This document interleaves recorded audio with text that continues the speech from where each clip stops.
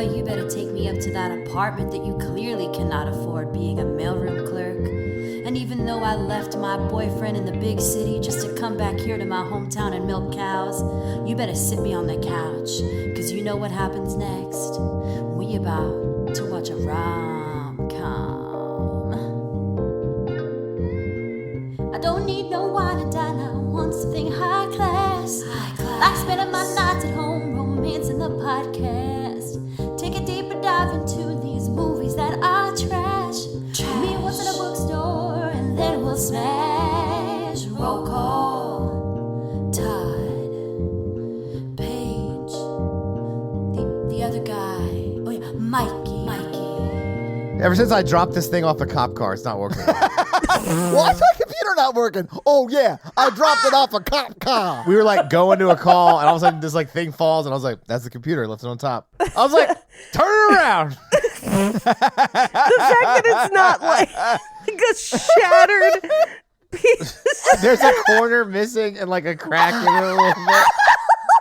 It's like that scene in the Mission Impossible with Henry Cavill where he just like uses the computer to knock a guy out and then he opens it and it's all fucked up. That scene. Yeah. Oh, did you send us a photo? Oh my God, Mikey. Have you ever called your IT department? I was like, "Yeah, you're gonna have to go ahead and order me a replacement computer. I'm gonna use this as long as I can, but just go ahead and get it going." They're like, "What happened?" I was like, "Fell off the car. We were going like 45 miles an hour. Oh, God. Fucking smashed." I know we don't have laugh lines on this show. Holy shit. Thank you for tuning into Romancing the Pod. You had us at hello. I'm Paige. She's Paige Wesley. I'm Mikey Randolph. Oh, yeah. And I'm Todd Schlosser. And this week, Paige made us watch Ghost. Paige has to take a break now. She'll come back later. Yeah, Paige is going to have to giggle laugh for the next 35 minutes. You can't drop knowledge like that on me and be like, then start the podcast. It was literally dropping knowledge. Yeah, literally dropping a laptop of knowledge. In case I don't know what Todd's gonna cut out or not, but Mikey left his laptop on top of a police car that then drove away, and then they drove back to get it, and he's recording on it now. Yeah. And I was like, damn, you kind of lucked out. And then he sent us a photo of a piece of his laptop. And it that is fucked. I'm astonished it works. He does have like one of those like circle rings around him you would put in like a glamour shots photo, which is hilarious to me. That's my filter. I use the oops, I dropped it filter on Zoom. Just lights and sirens. I was like, "Oh yeah, left the computer on the roof. We have to go back." I went to the office to tell that story. They're like, "You know not to put stuff on the roof. You know better." Which I was like, man. Guess that's my brand. So let's get into the episode. I can tell already it's going to be a good one, though. Which reminds me, Uh-oh. it brings me to my ghost joke. Okay. Anytime Patrick Swayze attacks people and then like it doesn't show him and they're just like fumbling around the world hitting things and things hitting them. Yes. That's how I live my life.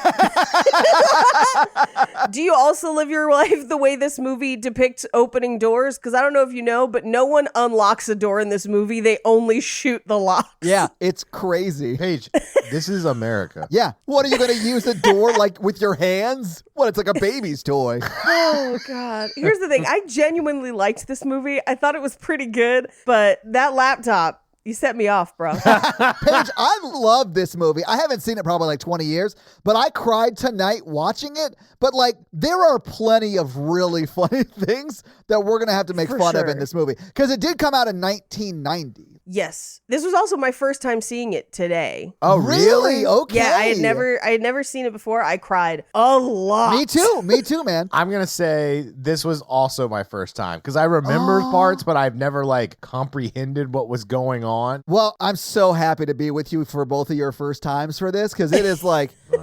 I don't like the way you said that. I don't like it either. I was there, Paige. Oh, God. It is a good movie. Like, genuinely. I love this movie. It's very sweet. Yeah. I think you could trim 10 minutes out of it. But that's sure. not too bad. Sure. It's fine. For a 90s movie, it's fine. But, like, It's they fine. did their best to make Demi Moore look like a 13-year-old boy this whole movie. And she still looks good. Like So that. you don't like pixie cuts is what you're saying. Aw. It's pixie cuts, which I'm into. You can make that work. And she does. does. But they also put her in like button-down shirts that are buttoned all the way up to the top, like she just got out of church. She's an artist. She has her hair in a ponytail and she wears glasses and she's got paint on her overalls. That's what it is. She hasn't had her she's all that moment because her boyfriend that was supposed to do it for her died. She's also grieving her dead boyfriend. Not at the beginning of the movie. She's deeply in love with Roadhouse Swayze. And they're remodeling. What do you want her to dress like? Jimmy Moore's not hot with that sledgehammer and that N95 mask with the asbestos. I said earlier, like she was hot in this movie. She was. I think, oddly enough, she looks a lot like her daughter in this movie. I was very, very struck by how much she looks like Rumor. But also, she has the same haircut as I haven't watched the show, so I don't have the context for it, but the Negroni Spagliano with Rosé, the like meme that's going around. Yeah. It's that same haircut. And I was like, wow. Everything does come back. It does, yeah. So, like, I was born in a time when Whoopi Goldberg was, like, already a thing. Like, she was already an established actress by the time I, like, became aware of pop culture around me, right? So, like, I always just assumed that she'd always been famous. But, like, if this is the first time you saw Whoopi Goldberg in anything, I'd have been like, man, that lady is hilarious and awesome. She's going places. I feel like if this was the first time you saw Whoopi Goldberg in anything, you'd been under a rock for a good 5 years. I know. I'm just saying, like, even at the time. Yeah. But I mean, I had been more or less. You know, I was alive in '90 when this came out, but I was a kid. But like, man, she was great in this movie. I mean, if you were like, who's this new upstart? You would have had to have been like, what's the color purple?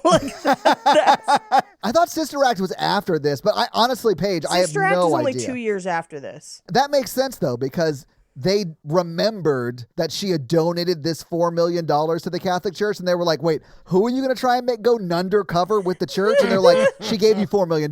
You can cover her for 3 months. You remember her, right? Yeah. Also, giving the Catholic Church $4 million is like going to, I don't know, Microsoft and giving them $4 million. Like, why would you? Ugh. It wasn't like the church blank check. It was that specific homeless shelter. Oh, no. It went straight up to corporate and they get their monthly allowance. Like, there's no way they didn't go right to the Pope. I know. The Catholic Church is one of the richest organizations that has ever existed in the world. Like, that money could have been better served anywhere else. Okay, I have a sad confession to make. What? When we did King Ralph, I went and watched both Sister Acts right after we did that movie. Good for you. I don't know why. It just felt very similar in vibe. Yeah, because the world before 9/11 was good. I don't know that that's true.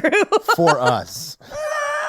White males? Yeah, maybe a little bit better. Yeah, that's probably true. Yeah. I was on a podcast last night where I had to like smoke weed and then hear about a thing from history. Every day.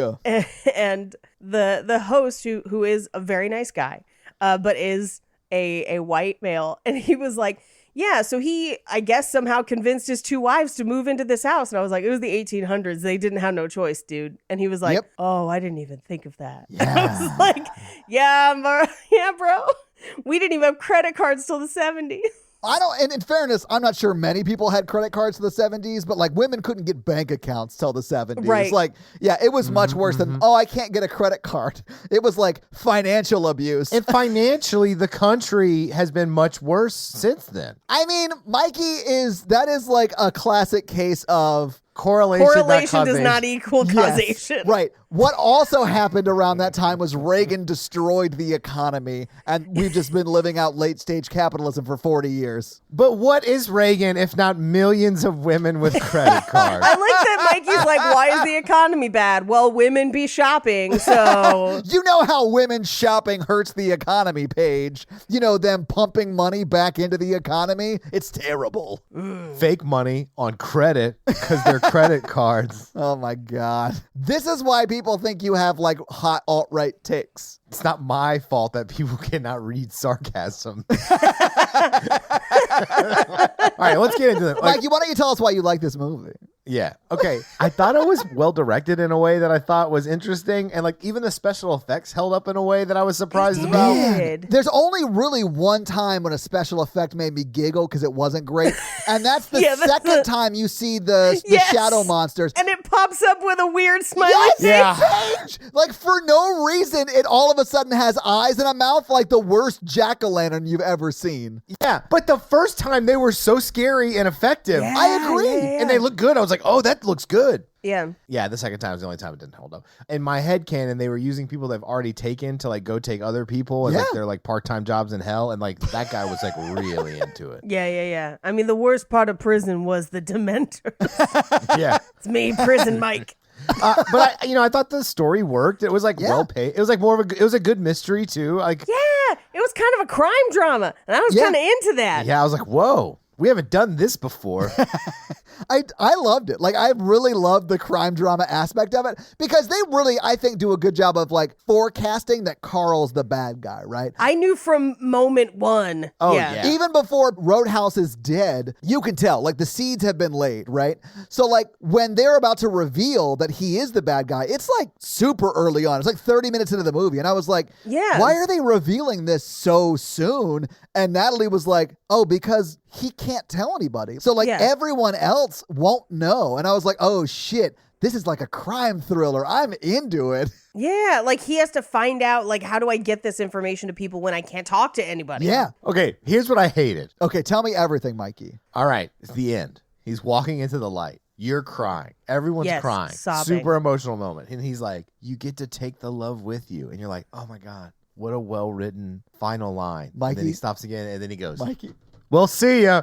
And then he walks out into the light. I wrote it. I love that we all wrote that down because I absolutely wrote that down. It took too long as well because every time he says something and he's like walking into the light, he like turns around and goes, the love, you take it with you, whatever line. Super sweet. But then you get a reaction take from Demi Moore who says nothing. And it's just like silent crying. Yeah. Which is emotional. Like, that is very sad from her perspective. I'm watching it like, Same. And then he's like walking, turns back around and goes, see ya. And then like he turns back around. We get another reaction shot from Demi Moore. And she knows, see you later, I guess. And like, she says it too. And I was like, what the fuck? And then he turns back around and keeps walking. And then he turns around and goes, oh, hey, would you please throw away all my pornography before my parents come over and get my stuff? That'd be great. Also, you're going to have to move because there's no way you can afford that place on artist's quote unquote salary. Oh, by the way, I showed Carl that pic from Reno. Sorry. Yeah, when she was like, that photo from Reno, I was like, I have to know what's on the photo. Like, it has to have been know like, what's on the photo. And see, that's why when you rehearse a good line for when you're dying, like you can't talk after you drop that bomb where he's like, Molly, or whatever your face is. It's Molly. I've always You're right. loved you. It's Molly. Is it Molly? You were yeah, right. I've always loved you. And you get to take all that love with you. And then I'm like, oh, what a great way to like say goodbye. I wanted like go be happy. I wanted something like to encourage her to like live. Yeah. I honestly think that is very much a go be happy sort of line. And so he's like, and you can see it on his face because he like smirks. He's like, I'm fucking nailing this goodbye. Oh, yeah. And then he like turns Mikey. around. And he's like, wait a minute. See ya. I got to give her one last smolder. Which, coming from a ghost, could be a threat. I'll see you in 7 days. It becomes like The Ring. I'm here for that, bro. It reminded me of, I don't know how recently either of you have seen the movie Dodgeball. Not recently enough. I do love that movie. The character of Patches O'Houlihan appears as a ghost after being killed by a falling slot machine. Yes. After being crushed by 2 tons of irony, I believe Vince Vaughn says. Yes, because it says Luck of the Irish. Yes.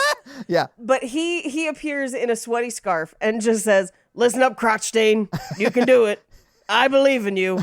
Okay, bye-bye. And then it leaves. But that's how it felt to me. Honestly, Paige, I am so livid that Dodgeball ripped off Ghost. Like, come up with your own bit, Dodgeball. Bye-bye. What makes it worse about Ghost is that you're actively crying when it pisses you off. Yeah. I was full so sobbing. hard. And then he goes, see you. And I was like, oh, I don't love that. That's like the Ditto. funeral I went to. It's like, I recently went to a funeral. Oh, yeah? This is really sad. One of the officers from the program, he died of cancer. And like, he really liked helping people. So everybody's like, he really loved working with the crisis intervention team. Anyway, like a really close friend came up, and then like his boss came up, and like everybody had all these like really kind words, and like everybody was sobbing in the whole place. And then like this preacher came up, and he was crazy. And he was so crazy.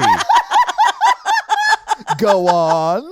He used the term fake news twice. Oh, God. At a funeral? At a funeral. And he's talking about we shouldn't pump money into the fake economy. And like everybody went from like crying to confusion so quickly. He's like, so-and-so getting cancer isn't an oopsie. And I was like, what? What? And then he's like, when God comes back and the earth's reborn, there won't be any more gluten. What? They're going to take my gluten? There won't be any more GMOs that cause cancer. And I was like, gluten causes cancer?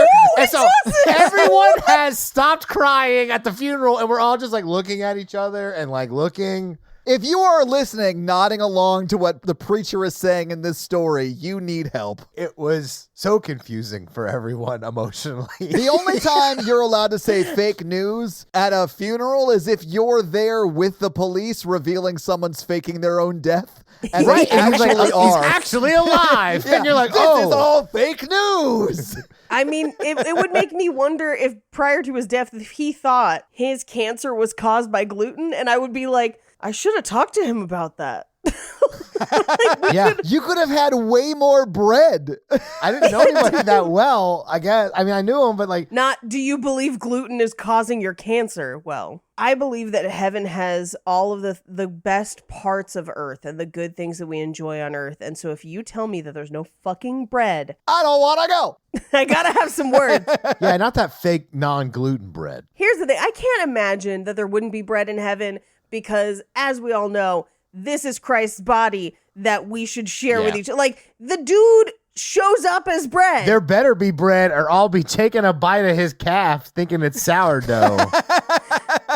Guys, there is bread in heaven. Eric Clapton wrote a song about it. Oh, wait, that was If I Tears in saw Heaven. My you bad. in Heaven. It's unlimited tableside bread and butter. Unlimited breadsticks. When you're here, you're dead.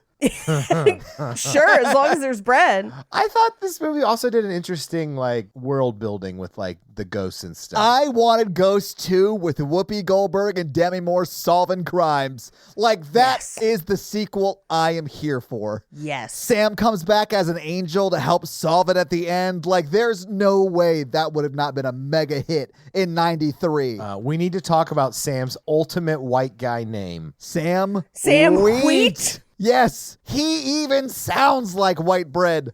Oh, yes. And as a businessman, Patrick Swayze, not convincing. No. When he's like, my suit's too tight, I'm like, you're too muscular to be doing this kind of math. Your neck is too thick for the business world, sir. You're only saying that because the office looked like a shoebox inside a smaller shoebox, and there were 8 desks in there, and that was it. And they were supposed to be rich bankers. Oh, have you never been to an office, Todd? yeah. This is before open concept. This is the 90s. There were no windows. If you ever go to like a bank's headquarters, the walls are windows. You know whose office now has no windows? Mine. They're like, we're giving you your own office space.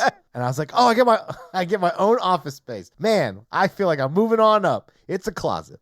Did you know what other movie the bank has been in? Because we see the actual bank that he like works for, essentially. Is it Trading Places? No, maybe. It's in The Mask. Oh, no shit. Oh, we need to do The Mask. I love The Mask. It's not as good as Son of the Mask with Jamie Kennedy. How But dare you? How dare I've you? actually never seen it. Oh, you I've want never to seen die it. today? Do you also think Pinkerton is Weezer's best work? No, can't get into it. Oh my God. Maybe we should get into this movie so we can talk about it scene by scene, though. Let's do it. Fuck, this episode's going to be unhinged. I can feel it. It's just insane already. I haven't even opened an energy drink yet. I've only slept 3 hours or whatever. Let's do Oh, it. yeah. We should talk about how Mikey was like on scene helping with a crisis situation until like, what was it, 4 a.m., Mikey? 4:30. Yeah. I was only there for 14 hours. Yeah. And then you got to go home at 4:30 in the morning and sleep for like, I don't know, 4 minutes before you had to go to work. Yeah, because you were texting us already Yeah. at like 8 a.m. your time, Yeah. 6 a.m. my time. I told him I'm not going to work today. Oh, But good. but I had a couple of things I had to do, so I had to go run a couple of errands. I had to do a I'm couple not of things. coming in except for these 3 meetings, which have been on my schedule for a week. I can't reschedule them. That's important. I know I'm mocking you, but I do the same thing at my job all the time. You're like, where I'm just calling like, out. And I'm like, I've got to go the 11:30 because that took Yes. a long time to organize. Yeah. You're like, I sent all those invites. Yes. Yeah. So yeah, if Mikey falls asleep mid-sentence, please excuse him. No, I'm good, man. I had tomato soup for dinner. Hell yeah. Nothing makes me more energetic than a hot bowl of juicy, sleepy tomato soup. Actually, the way I prepared it, it was more like a deconstructed pizza because I had tomato soup, crackers, and cheddar cheese. That's still just tomato soup, my dude. That's all that's in a pizza, too. Bread, cheese, and tomatoes. It's cheese, carb, tomato, cheese, carb. It's Guys, the perfect ratio. Stop. I can only get so hard. Like, we have to not stop talking about either tomato soup or tomato soup pizza. Either way, I'm here for it. Hard like tomatoes. Hard Like Tomatoes, the name of my debut album. Mikey, what is the name of your like rap group? It's just self-titled. It should just be I'm sorry. No, he said it was self-titled. So the name of the group is Hard Like Tomatoes. And my rapper name is Hard Like Tomatoes. Are you sure it's not just tomatoes? Because then you could be like, don't come at me soft. You got to be hard like tomatoes. I am tomatoes. Coming out with their first single, Hard Like Tomatoes, with their smash hit, Hard Like Me. Bad Company by the Band Company off the album Bad Company. Yeah, exactly. It's my new song, Farmer's Market. All right, we have to talk about Ghost. Like, we even liked the movie, and we I can't know, talk I about know. it. God, I wish I didn't enjoy you both so much. Oh, good recording today and tomorrow, so know, strap we're in, recording back fucker. to back. I know. Okay, so Scene 1. Scene 1, we open on credits in an old warehouse full of dust and stuff covered by tarps. I have a note already about the opening credits. Great. Why does it start with a like jump scare musical stinger and then what sounds like the score from a horror movie? it does have horror-like elements. Yeah. Fun fact, you could replace the Halloween theme over these credits and it would not change the thing. No, it would be like, just the entrance of a Jason or Michael Myers movie or whatever. Michael Myers. That's the one. They're the same person. Anyway, Patrick Swayze sledgehammers through the ceiling and we're looking down on him from above. And it turns out that this is a warehouse that they're going to convert into their kind of loft space. So they've got the first floor, then they're going to make the second floor the bedroom.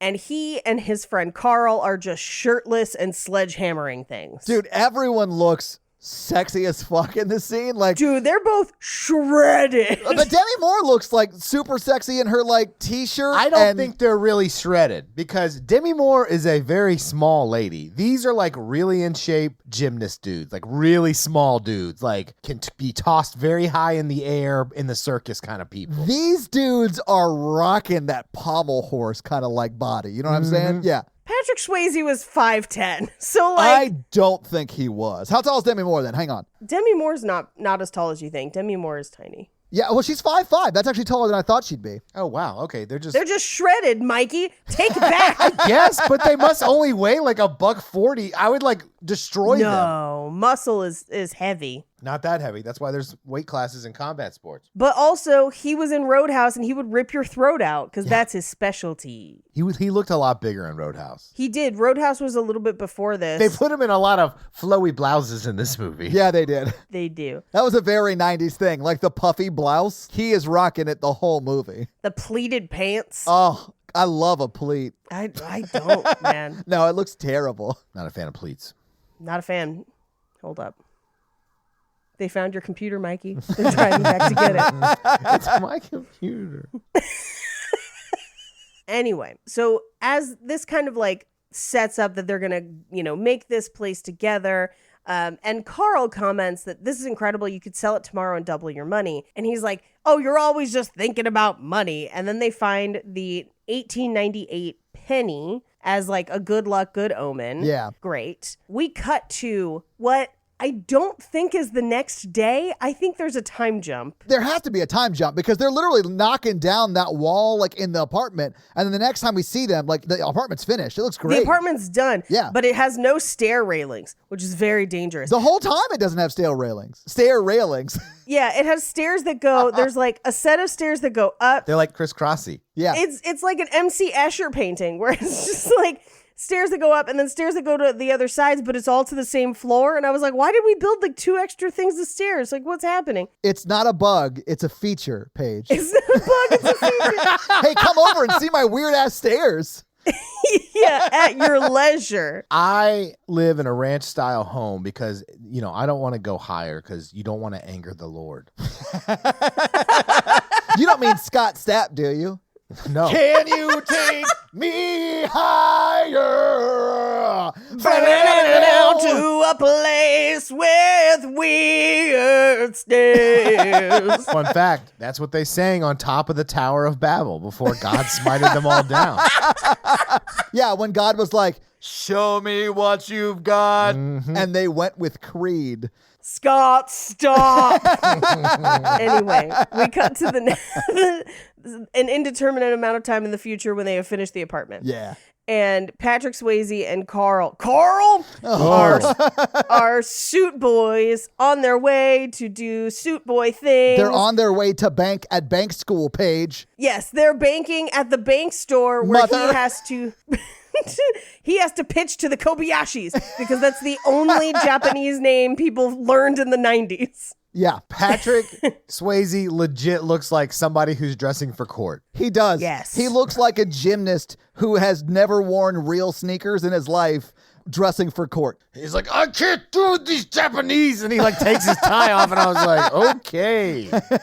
I was just glad he said the whole name, Japanese. Yeah. This time period for like racial slurs is not great. Not my Sam Wheat. My Sam Wheat is inherently good. So they walk into the elevator and then they play this kind of game with themselves where like Carl is coughing and Oh my Patrick God. Swayze's like, so like what'd the doctor say? Super contagious? Yeah, I shouldn't even be touching people. What about the rash? Well, it spread to my genitals again. It's all over my genitals. All over my genitals. The doctor said I shouldn't even touch anybody. And then he like coughs and touches the dude in front of him. Like, honestly, this conversation between the two of them, I was like, man, if Carl wasn't a shitbag dude, that is like the best kind of friend to have. Like a friend who will Absolutely. just at no notice, yes and a bit so far until you're both robbing a bank for no reason. Like that Yep. kind of friend. Like that's what you need in your life. Yep. So he's about to go into the meeting with the Kobayashi people. And then he needs to transfer like $900,000 somewhere by 10 a.m., which by the end of the movie, I thought that Carl had engineered that call specifically so that he could get the account number, that like he had called ahead to have them transfer stuff by 10 so he knew that he wouldn't have time. Yeah. I don't know. He embezzles $4 million and then somehow Demi Moore was involved Well, because she's got the codes to the nuclear weapons. or Well, whatever. he needed Patrick Swayze's code to be able to money launder. What he was doing was he was getting this extra money and he was Right. parking it in Patrick Swayze's accounts that he managed, so his fingers weren't on it. But in order to do that, he needed his, I forget what they call it, but that code he has written down in his pocket, Yes. whatever that was. right. Because the next day, when he changes it, it becomes a problem for Carl, right? Right. Yeah. Right. Well, and he keeps that code in the tiniest address book ever on the face of the earth. It is like a diary for a mouse. It is tiny. It's his code book. You guys have never had a code book? No, Mikey, I've never been to war. So like I don't have a code book. Mikey had a code book, but he left it on top of a police car. Yeah, I no longer have the code. They would not turn around for your code book. But yeah, it is like, I don't know, one of the rescue rangers is keeping a diary of their like adventures, and that's the size of this code book. Patrick Swayze, Rescue Rangers, Patrick Swayze, girl, you in danger. Well, you bring a Whoopi into this. I love it. I am. Mikey, how do you feel to have like two musical geniuses writing songs in the moment at will in front of you on the podcast? How much do you love When are they that? going to show up? Well, I have so much experience working with delusional people that it is very easy to just sit here every night. Brutal. That was brutal. Hey, hon, can you bring me some aloe? I just got burned. I thought we were friends, but apparently you left our friendship on top of that police car. It flew off. And they wouldn't go back to get it. It was too late. And you guys get edited down versions at home. They'll do this for like half an hour, and I'll like take out a whole novel and start reading while I'm recording. And if I stop hearing the melody, I'll be like, oh, I guess we're talking again. Mikey read the Children of Man book while we were recording Midsummer, and he finished it. Mm-hmm.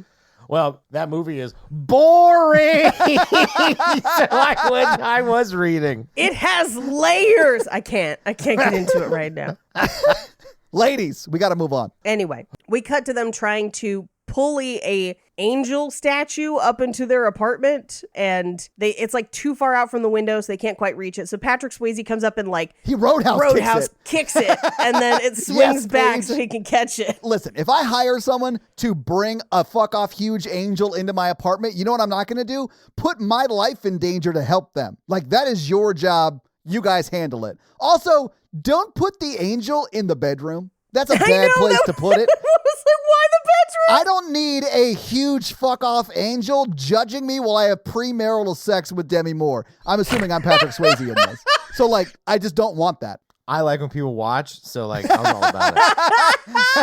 You don't want to high five it in the middle? You're like high five in the wings? Yeah. We'll have a five-some because it's me, you, Jesus, God, and the Holy Ghost up in here. Hell yeah, girl. You ever been pleased by a man and God? Nope. That's why I'm glad this is remote and I can sit over here while the lightning strikes over there.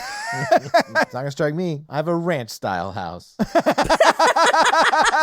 And that's why I don't believe in stairs. So they get the angel statue into their bedroom. Weird choice. And Carl is kind of looking around their apartment. And he's like, wow, this turned out really great. I love it. She's showing him her sculptures. So we find out that she's a sculptor, an artist, and she's going to have her art in a gallery. And we cut to she and Patrick Swayze are in bed that night, and she's kind of like, you seem stressed out. What's going on? Are you worried? And he basically is like, I'm worried that there are so many good things in my life that something's going to go wrong. Like the bubble's going to burst, essentially. So the TV turns on, and it looks like a shuttle crash, but I think it's supposed to be like a plane crash. It's a plane. I think it's a plane crash. It didn't really register to me that it would have been anything other than a plane. The only reason I kind of rewound it and looked at it twice is because it seems to have these giant, like, you know, at the bottom of a shuttle, the big, like, boosters.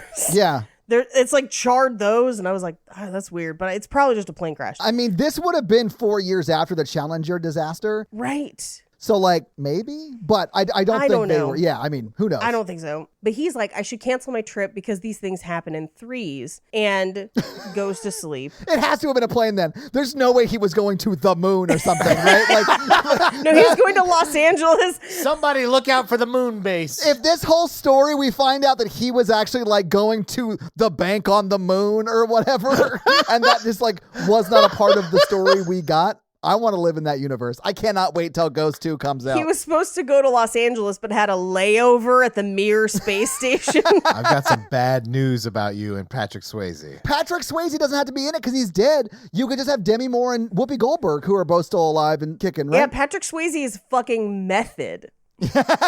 Oh, I'm so sorry. He is the Daniel Day-Lewis of playing dead people, Mikey. He commits to it. I want a remake of Roadhouse, but instead everything takes place at a Roadhouse grill.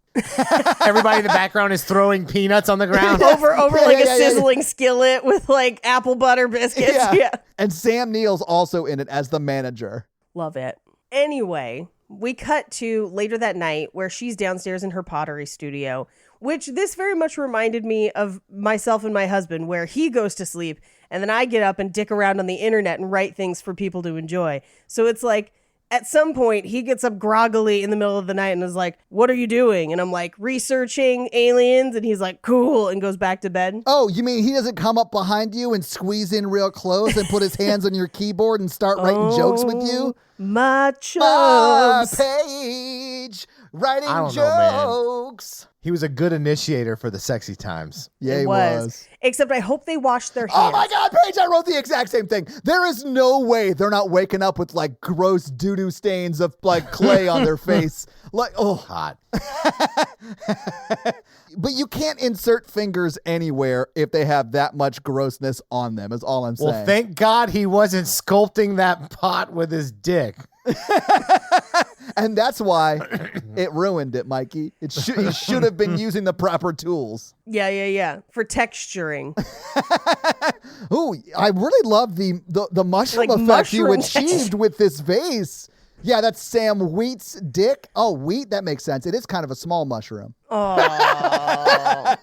We don't know that. I mean, he's no Horsecock Cavill. We know that. One of these days, somehow, it's going to get back to Henry Cavill that we've been calling him Horsecock Cavill for like 3 episodes. Like, I get that he's on the spit list. And he's going to go, thanks, Mikey, for respecting me. And I'll be like, you too, Mr. Cavill.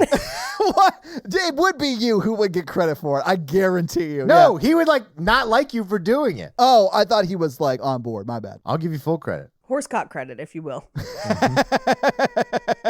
I'll give you all 30 inches. 30 inches? That's almost my height. I don't know how big a horsecock is, Paige. I have no idea. I don't think it's 30 inches. Hold on. Hang on. Hold Let me Google how big is a horse. Penis. 50 centimeters. How long is that? I need inches.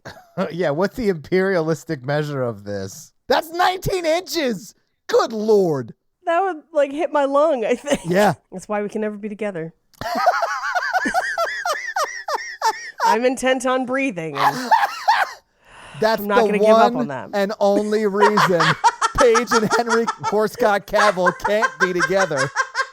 Please respect our privacy at this time. I have collapsed hopes and a collapsed lung. collapsed lung. He broke 3 ribs from the inside. Anyway, so this is the famous pottery scene where they're potterying and it gets very phallic but also messy. And then it cuts to them just kind of like making out Yeah. in their living room where they have hopefully washed their hands. And they kind of collapse onto the couch where clearly they're going to have sex on the couch. Yeah. But my favorite part of this is it reveals that they have a jukebox that's changing albums, which was a thing. You could buy jukeboxes. You can find them vintage. You can still find them in antique stores, and sometimes they still work as long as you have discs to go in them. I mean, that would be dope. Like, jukeboxes are cool. Natalie and I go to the Highway 55 close to our house, and they have one there. It's dope. I love it. It's Yeah. like an old record player jukebox. Love it. Yeah. And that's what they have here. And she's clearly set it to shuffle for a certain period of time. I mean, if it's just for during sexy times, it's probably like 3.5 minutes, however long that one song is. Well, she said it while I think she said it while she was doing pottery. Yeah. Because we see it shift through a song at that point. And then when Unchained Melody by the Righteous Brothers ends, it doesn't pick up another record. But what I want to know is what would be the worst transition between Unchained Melody and another song while having sex? Like, Let the bodies hit the floor.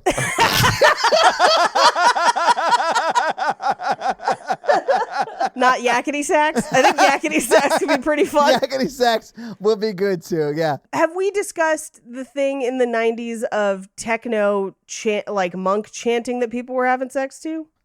I did not have sex in the 90s. That Okay.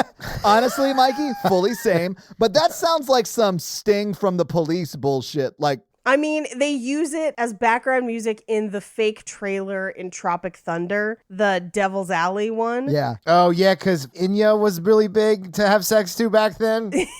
Oh my God, Enya. Yeah. Oh, wait, was that to have sex too? Because my mom, whenever she would play Enya, it meant she wanted to clean the house. And whenever we heard Sail Away, my brother Logan and I would climb out our window. Because if we didn't and she saw us, she'd be like, hey, will you guys help me vacuum? Or like she would put us to work. So we would like climb out the window because we had a ranch style house. So Thank you. Cleaning was your mom's coping skill for when she wanted to have sex. Get it. Got it. Good. Oh, God. Well, I hate everything about this conversation, therapist Mikey, and I resent that I'm going to have to pay you $120 for it.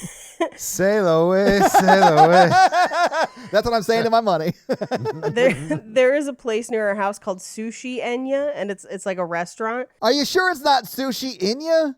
Because that's a better name. Enya, Enya. Okay, that checks out. But every time I drive past it, I just sing to myself like, who can eat the wasabi?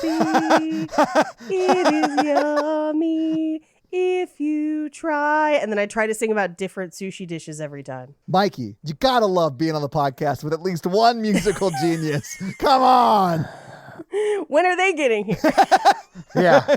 So we have a guest? Aaron's not here this week. What are you talking about? Ladies and gentlemen, from the grave, joining us, Sam Wheat style, Stephen Sondheim. Oh. We're not going to have Patrick Swayze on his own movie? He ain't no musical genius. Also, no one knows what Stephen Sondheim sounds like, so we could just make up any voice and it would probably serve. Are you looking up what he did? Into the Woods? No, I'm making sure okay. he's dead. He is. He died. 2021. Okay. Yeah, I was very sad when he died. I love Stephen Sondheim. Yeah. Into the woods to do this pod with Mikey and our friend Todd. Let's move on. Scene 2. Mikey is pulling out Children of Men right now. I can see him doing it. I know. You're like, Anyway, Patrick Swayze shouldered up. They get all couch sex. Yeah. We cut to the next day. And he's checking the accounts, and he's like, these accounts all have too much money in them. And I was like, Carl! Like, I just knew it was coming. And he's like, I changed it. And because I got to get to the bottom of what's going on. And he's like, okay, take your time. I do think Carl wasn't going to kill him until he changes the code. All he needed was the code to stash the money for like a week or so, right, and then to use the code again to put the money back. Right. But because Patrick Swayze notices the money that's stashed over 12 accounts and changes his code, I think that's why he decides to kill him. Yeah, I think so. And he's like, I'm going to get to the bottom of it. It's like a vendetta now. And he's like, what are you guys up to later tonight? Where should I send someone to kill you? I'll take care of this. This is not a problem. Yeah, let me handle it. But you definitely should take your soon-to-be wife to the theater and don't think about how the Waynes died. I was going to say, I was like, I'm just going to Mr. and Mrs. Wayne you on the way back from the theater. Absolutely. Yeah, that's what exactly happens. Well, I mean, except she lives, but I needed a little bit more backstory on Carl and Willie and how they met. We don't get it. Well, here's the thing about Carl. His dad is a sheriff who kind of takes charge of a whole group of people during the apocalypse. Gotcha. And they survive, but Carl becomes kind of a badass, but he gets lost all the time. Anyway, so we cut to them leaving the Shakespeare Festival, and it was, I believe, Macbeth, but she implies that he slept through it. And she's telling him about how she's gotten into a new gallery and the New York Times is going to review it. And he's like, I think your work is great, so I don't care what the New York Times says. And they start talking about essentially taking their relationship kind of to the next level. And she's kind of like, you never say you love me, you just say ditto. It sets it up for later so that we know that it's him. But it only took him dying to regret telling her he loved her. He didn't tell her. Yeah. I sort of found it interesting that she was the one that didn't want to get married. Like, she just wasn't super interested in marriage in general, not necessarily to him. But she sort of brings it up and she's like, I think I do want to get married. And he was like, yeah, this is awesome. Like, he's super excited about it. I really thought that was sweet. What sucks is the next person she dates, because he got set up for failure. Oh, yeah. She's going to be like, my ex came back from the dead to save me from being murdered. Right. And you can't even put the toilet seat down. And they'll be like, yeah, but I bet he was like really gross and ugly looking. And she's like, no, he was the guy from Roadhouse. Like, fuck. He was Patrick fucking Swayze. Anyway, so as they're walking, a guy pops out of an alley behind them. And he says, like, I've got it, but let's keep walking away. But he turns and is like, what do you want? And the guy immediately advances on him with a gun. He struggles with him for the gun. The gun goes off. And we cut to what looks like him chasing after the guy. And then he turns and sees his own body on the ground. I really like that because when he runs away. I loved how they did this. Me too. Because when he runs away and like runs down after Willie, I thought that he was going to turn around, stop, and collapse. You know, like he had been Same. shot, but like the adrenaline was going so much. Oh, I thought it was a fake out. And it was going to be her or something where we were going to find out at the end of the movie she's been dead the whole time. Or he gets murdered later on. I don't know. I was like, Yeah. oh, he did get shot. Oh. Yeah, but when he runs back over there and she's like holding him, I was like, oh shit, that's cool. And they do it again with Willie. Like when Willie gets squished between the car and that van or whatever, Yeah. and you see his body like get ejected, I was like, that's not what would happen. And then, Yeah, your body doesn't escape two cars crushing you like a banana in a banana peel. exactly, Mikey. And then when he runs over, you see he actually is sort of squished and laying back on the car. Right. And I was like, oh, that was great. That was a cool reveal. It is. And the thing that I really like about this first time that they do it is that we have Patrick Swayze in the foreground, like realizing he's dead and like calling out for people or whatever. And then in the background, we see her on the ground with people who have come to help her Yeah. and her talking to him.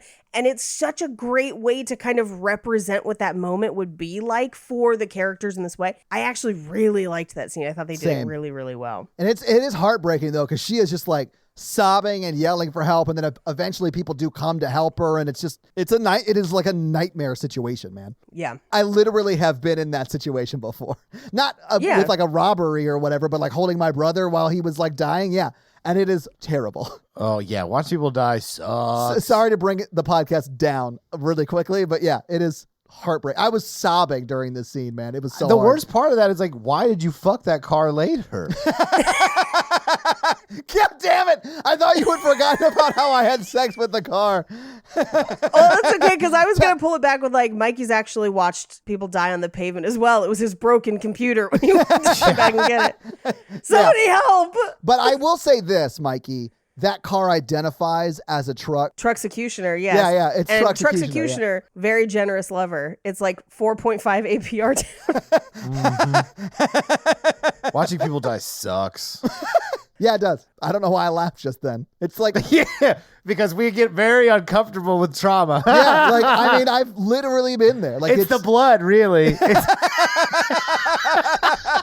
it is. Yeah. It's so sad. It's like one of those things that's so terrible, you have to laugh. It's just so much blood. If they got rid of that part, it'd be Yeah. better. How got rid of inconsiderate do you have to be? It'd be weirder if it wasn't blood, though. Like, if it was pudding and you weren't expecting that, that'd be way worse. Where you're just like, huh? Why was he filled with pudding? Was he human? What's happening? It's tapioca. So he was human. No one can resist tapioca pudding. Jesus. This episode is so dumb. I'm in a very silly mood. While we talk about this super sad ass movie. So the ambulance shows up. He was dead before the ambulance got there. Oh, he was dead as immediately. evidenced by his ghost. Yeah, he was Yeah. dead immediately, Mikey. Absolutely. Well, they take him to the hospital, and at the hospital, he meets another ghost who's like waiting for his wife to die because they're in some sort of notebook murder-suicide pact. This is the old guy from the Notebook. It is. We don't know that. He may hate his wife and he just wants to watch her die. They're just going to get in a fist fight in the afterlife. I wrote you every day for a year. I told you to stop writing. I'm just waiting for my wife to die. That's so sweet. No, man, I hate that bitch. I didn't go into the light because I really want to see this moment. He owes me $20. He also like doesn't even ask, but like looks into Patrick Stewart's body. I was like, this old man's super nosy. I'd be like, get about my corpse. Patrick Swayze. But this movie would be very different with Patrick Did I say Stewart. Patrick Stewart? Yeah. You did? And now I'm just picturing him and Patrick Swayze doing the pottery. Not to me more. Can I help you with that pottery? Engage. Make it so.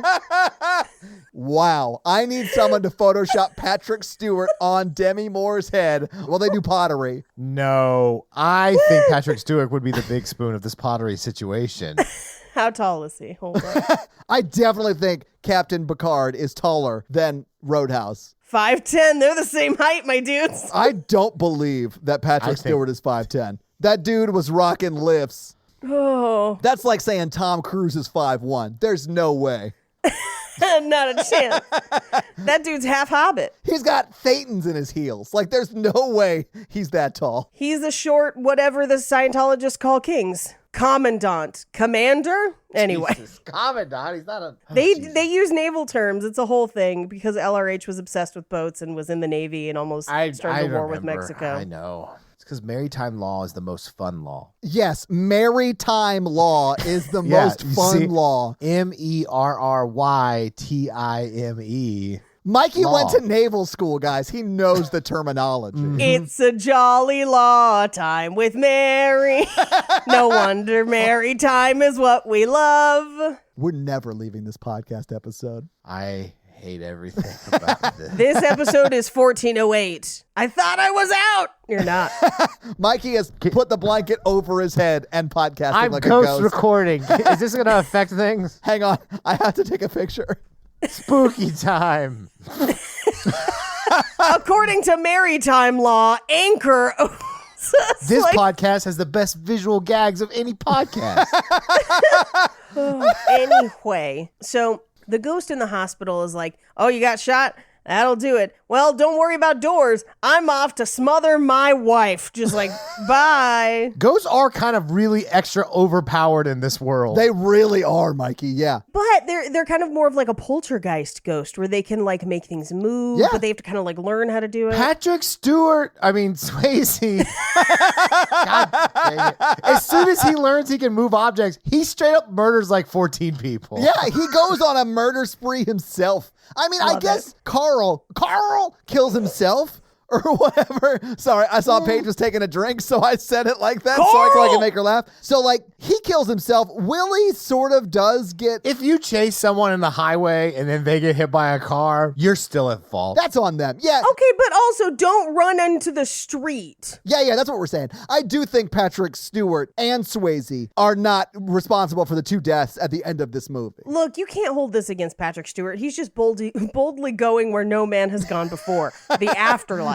So he does watch a guy die in the hospital and the like glowy Sailor Moon lights take him. Yeah, that guy went straight up there. He's like, peace. Yeah. Yeah. He didn't have any unfinished business. He was like ready to go. Yeah, just, I'm on my way home, sweet home. Just like, You know how everyone sings Poison as they die, right? Like, first of all, it's Motley Crue. oh, it is Fuck you. Motley Crue. Sorry. They're all the same band. They're not. Anyway, Patrick Swayze tries to stop the guy wheeling his body away, but the guy walks right through him. We cut to his funeral where they're having a regular ass funeral. And this was the first place I remember that his name was Sam Wheat. And I was like, man, that's a weird name. Yes, it is. Like, I want to just like walk up to the screenwriter and be like, why? And they were like, well, I was staring at a box of cream of wheat and I couldn't think of anything else. And I couldn't help but remark on how Patrick Swayze it looked. We knew he was white and we knew he was boring.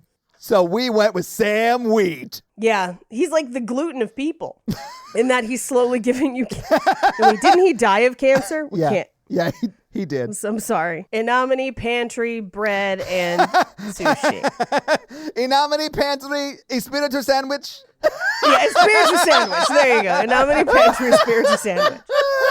So we cut back to the apartment where she's trying to make pottery and kind of go on with her life. And she talks just like out into nothing, where she's like, I picked up your shirts today. I don't even know why. I can't get through this. And she's kind of like talking to the cat, and the cat can see him. And like, we don't explore this enough about cats being able to see ghosts in this world. I would have liked to see more with that. Same. I didn't know if they could see or just like feel their presence Sense. or whatever. Sort of like Whoopi Goldberg does. She can sort of hear him. Yeah. But I mean, it doesn't really go into it. I do like that he uses it to attack Willie later on. I thought that was fun, but I really think they could have done more with it. I just want to see more kitties. Yeah, always. Show me them kitties, Demi. Show me them kitties. Put them on the glass. Honestly. So we can see how their feet pads press against yes, it. I love it. Cats forever. Mikey. My cat left. He left me alone to record this by myself. Thanks. If only I was so lucky. What, that we would leave so you can record this by yourself? Good luck. Ghost, the one-man show podcast. Oh no. She didn't return my text again this day. I didn't care. I rolled over and I said to her, your Uber's outside. Anyway, we cut to the next day where Coral has come over and they are They're going through all of his stuff and like taking it to storage or donating some of it. And they get through a tiny box of like concert tickets to a concert they hated, which is kind of funny, but it's still something they did together. Yeah. I mean, I understand keeping that shit. Like, I mean, probably throw the Rolaids away, but like, I understand the stuff you actually did together and stuff like that. I have shit on my brothers. If you don't throw those Rolaids away, you're going to end up accidentally taking one and like, oh no, these are the death Rolaids. Oh wait, not Ghost Aids. Never mind. Never mind. Never mind. That came out bad. How dare you? I'm so There's sorry. a quilt and everything. I'm so sorry. So she keeps his little address book, but we do see Coral look at it and be like, I want that tiny address book. I want to see what that mouse wrote in there. I got to get them mouse codes. Yeah, there is a little rat sitting on top of my head making stock trades like Ratatouille, and I need to get at those tiny mouse codes. Oh, wow. I love this prequel to Ratatouille. Where he's just like, I started in stockbrokers, but I needed something a little less like stressful, so I went into food service. Coming this summer, The Rat of Wall Street.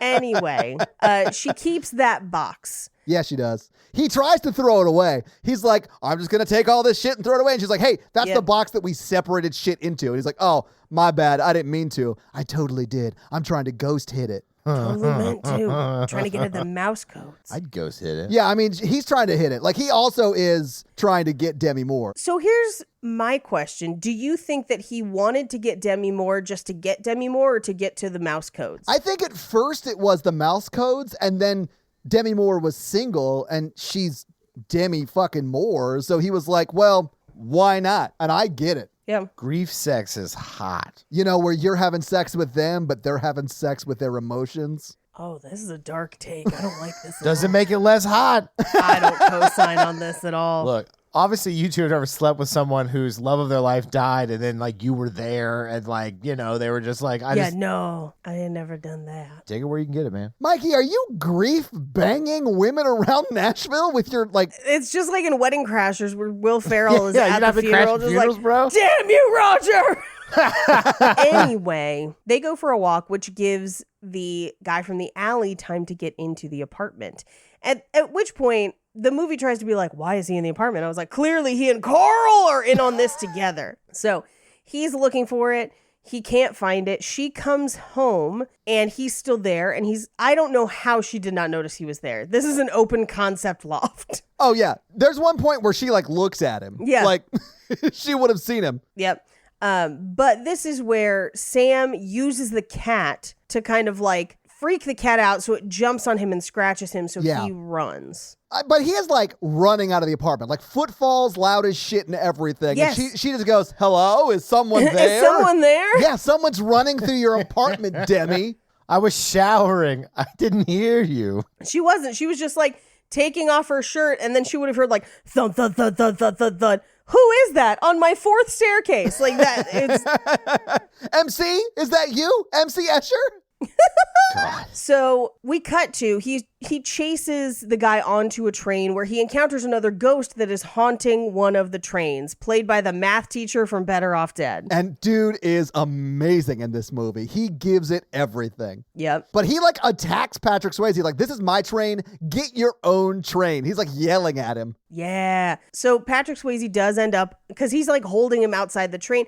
And the thing that he kind of realizes is this ghost can actually move things around him. Yeah. And that will become important later. So Patrick Swayze kind of jumps to another car to get off that guy's train and continues to follow the guy from the alley. Now, this is just a teeny tiny thing that bothered me. The movie needs to communicate the guy from the alley's name so that we know his name and his address. And so when he walks, because he follows him into this building, when he walks in, he checks his own name on the thing and then continues up to his apartment, allowing Patrick Swayze to then check so he could see the name. Why would you ever check your own name walking into your own apartment? Yeah, unless like your name was on your mailbox and you were checking your mailbox, like that would make sense. But that is not what is happening. That's here. not what happens. It is like the call button buzzer, which he doesn't need to use because dude's got a key, right? Yep. So like, yeah, Paige, absolutely right. This is just so Patrick Swayze can see it. Yes. But this is how we found out that his name is Willie Lopez, and we have his address. And he goes up into Willie's apartment. He follows him up there. And Willie calls, and we don't know who he's calling. We'll find out later it's Carl. But basically to say, like, yeah, I couldn't get it. She came home, but I'll come back later this week. And we see that he has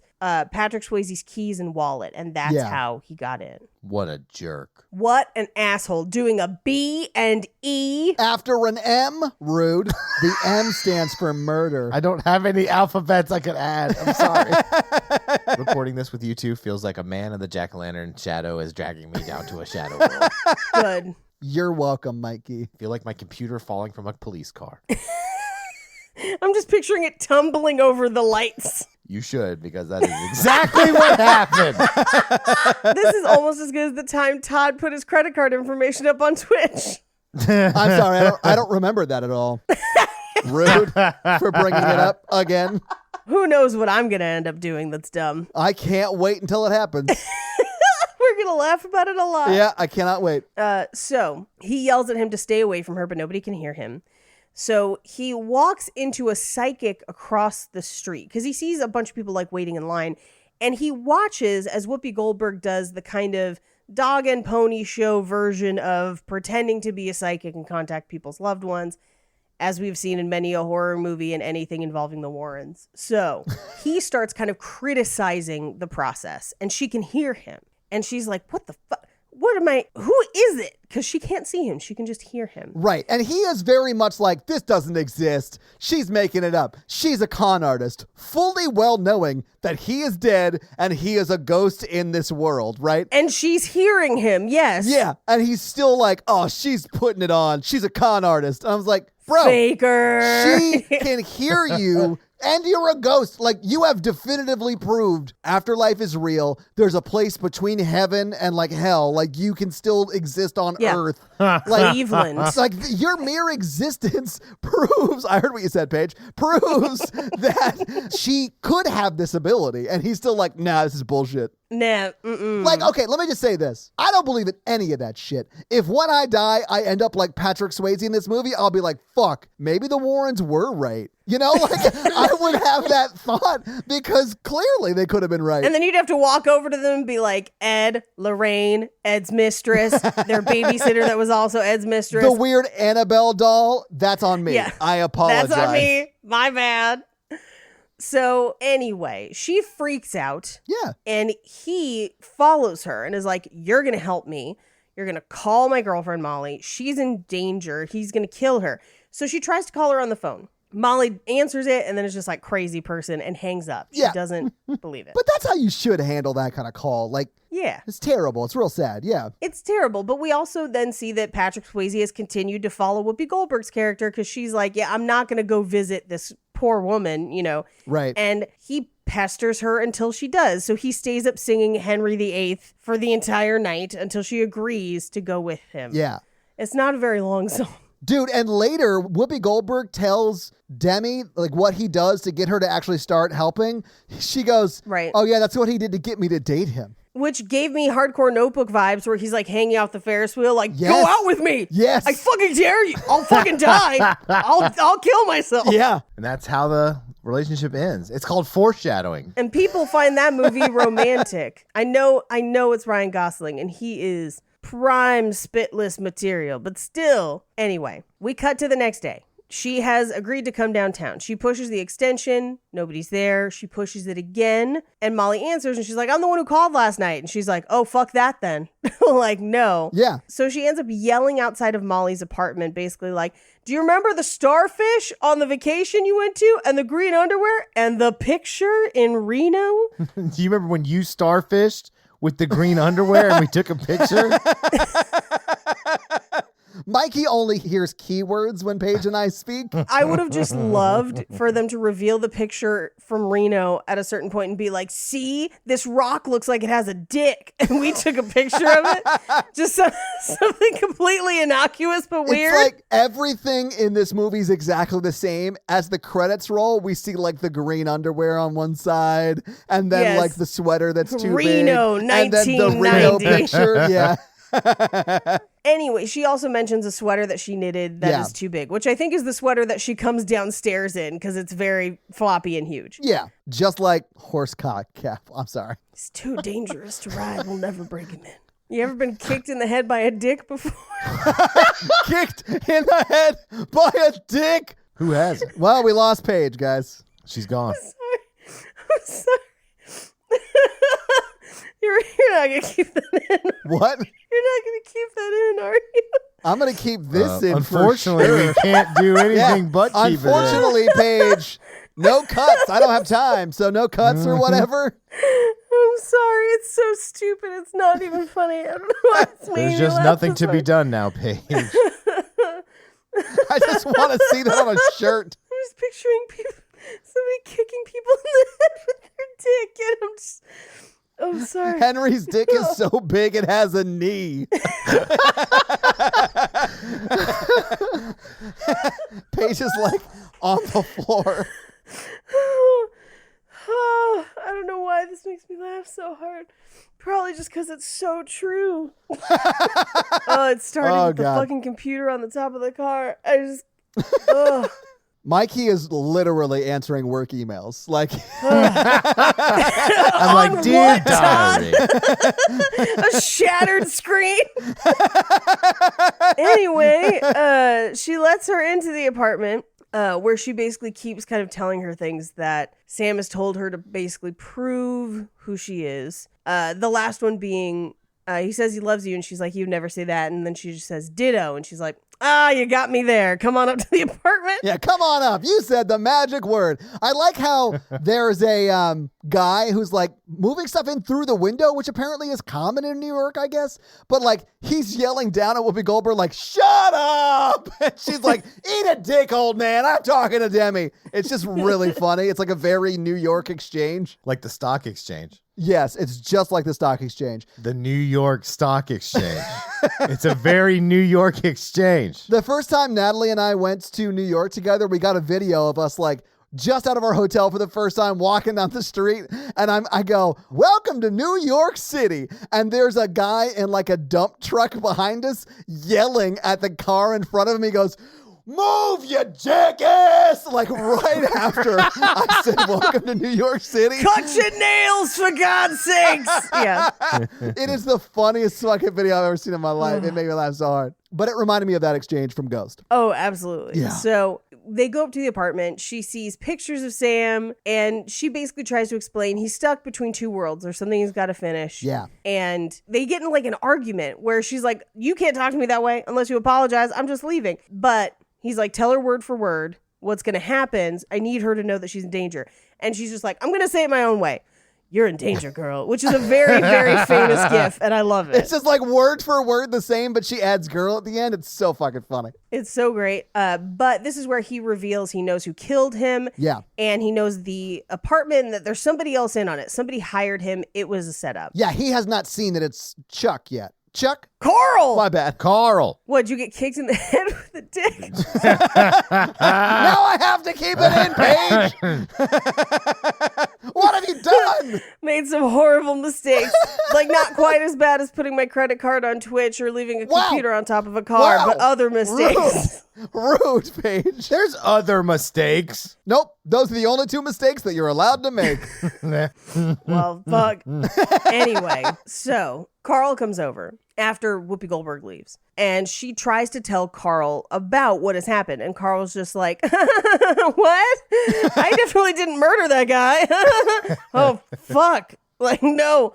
And he talks it down. He's like, she's a con person. Like, this is definitely not real. Like, you shouldn't believe this. This is really gross. I mean, we know it's not fake. Like, we know Whoopi Goldberg actually isn't conning people out of money. But, like, I definitely understand why Demi gets convinced of that as Carl's gaslighting her. Like, right. Because that makes perfect sense, right? Right. So he says, if it'll make you feel better, I'll go check it out. You get some sleep. Yeah. And so we see his Mustang pull up outside the address. And at this point, Patrick Swayze's following him because I think Patrick Swayze thinks like, great, my friend's going to check this out. And like, he's going to be a good guy. Yeah, when he says, I'll go check out what this guy is, Willie or whatever, on whatever street. Right. Patrick Swayze looks like he's excited. He's like, yes, Carl's going to handle this. This is exactly what I needed to happen. Right. And when Carl first walks into the apartment building, Patrick Swayze's just like, be careful, man. Like, but then he gets up there and Willie knows Carl by name. And Carl's just like, what the fuck, dude? Some lady knows all about you and she's talking to her. Find her and kill her. And Willie says the craziest line in this whole movie and says, whatever, man, this was a freebie, which means Willie killed him for no money. Like, what? Bonkers. That is nuts. The first one's free, man. That's how you run a business.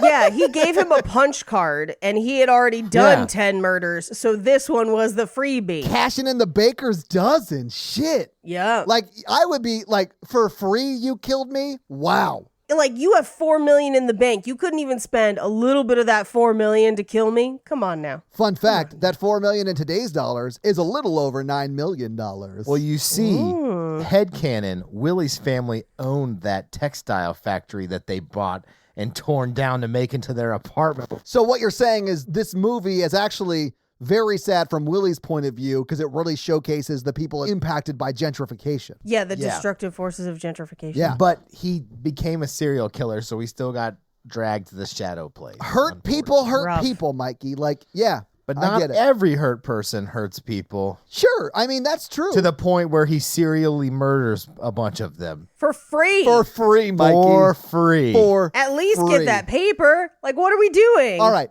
Quick question for the two of you. What is the lowest amount of money that you could be murdered for that you would be like, all right, that's a fair sum? That somebody would murder me for? Yes. Like you are witnessing this exact scene. Oh, it depends on who murders me. There's a lot of Yeah. people with a lot of probably decent reasons to kill me. I have lived some life, if you will. I cannot wait until this audio clip is played at your murder trial. Then And then the guy from Knives Out solves a locker room mystery with everyone in the courtroom. A donut within a donut hole within another donut. if I am murdered, it is probably someone who knows me. Listens to the show. Oh, yeah, for sure. I mean, I think that goes for everyone, Mikey. Yeah, most murders are targeted. So, like, You're avoiding the actual question, though. How much is the monetary amount that you would be like, all right, that's a fair amount for my life? if that person did hire a hitman, I would assume like at least 6 figures would be good. Oh, Below yeah. that, you know they're getting caught. Like, I'm like, okay, you murdered me for 10 grand, but like I can see from here. I mean, yes, I am dead, but you did a shit job. Like, you're gonna get caught. Yeah. My friend Ramsey Badawi has a very funny joke about this that he tells on stage, where there was a news story that came out about a woman who paid $5 grand to a hitman to have them kill her husband, and instead the hitman just took the money and turned her in. Yeah. Great. But he basically, in his joke, is like, $5,000 to kill me? I'll pay you $5,000 not to kill me. Now you've got 10 grand and we cool.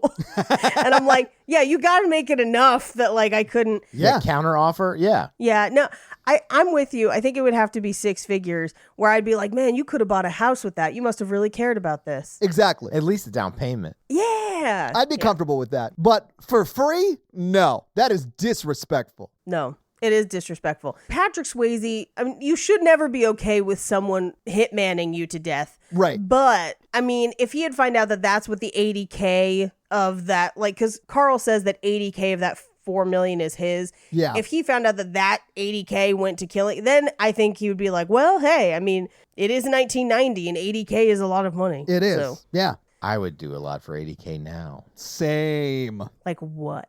Like, kill somebody.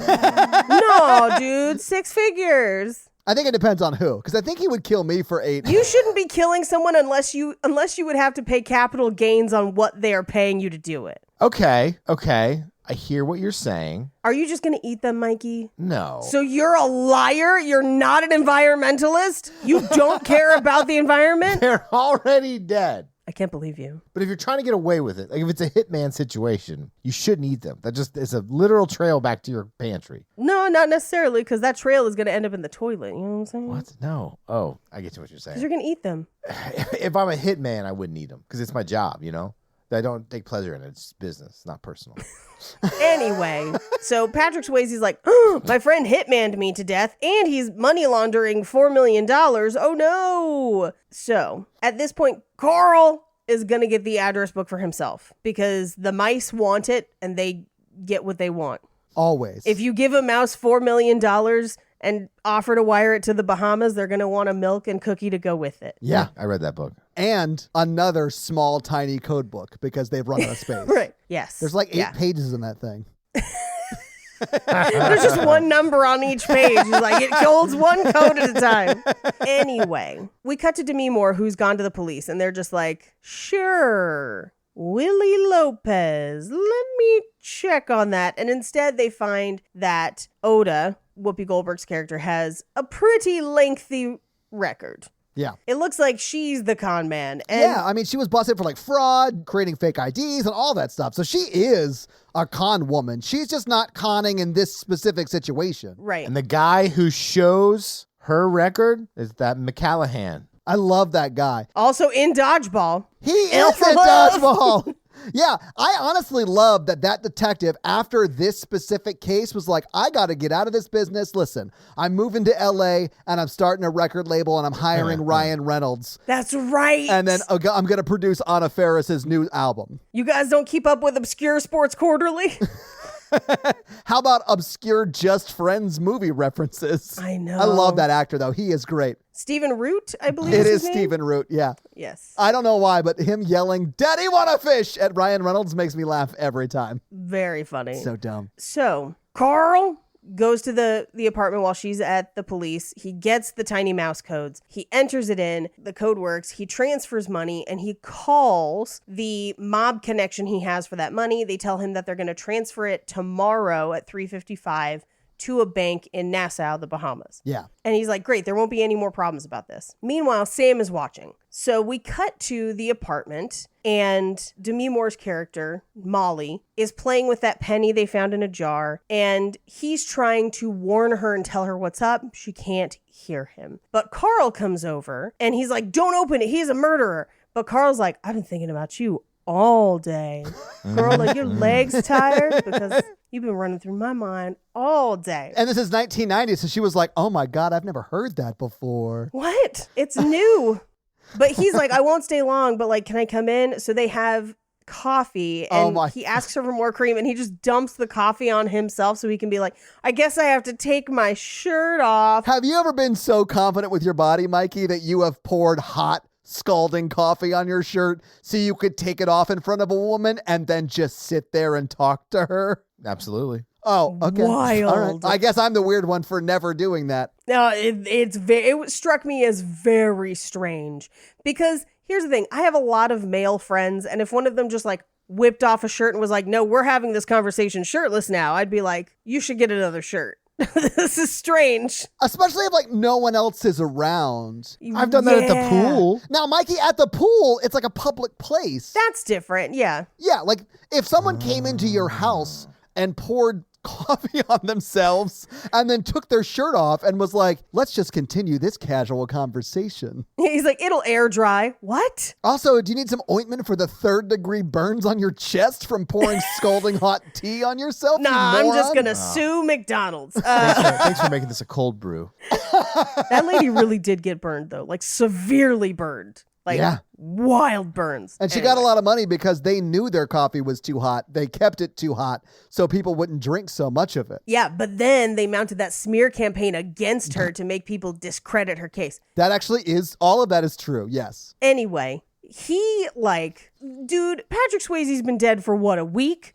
And he's like, hey, girl, pouring coffee on myself so I'm shirtless. And you're like, young and gorgeous, and he's like fully preying on her in an emotional state. It's like, wham, wham, wham, wham. I know you feeling grief, baby. Ah, baby. Exactly like that. Yeah. Was that Justin Guarini? Little sweet. Little sweet. Coming up with my shirt off. Yeah.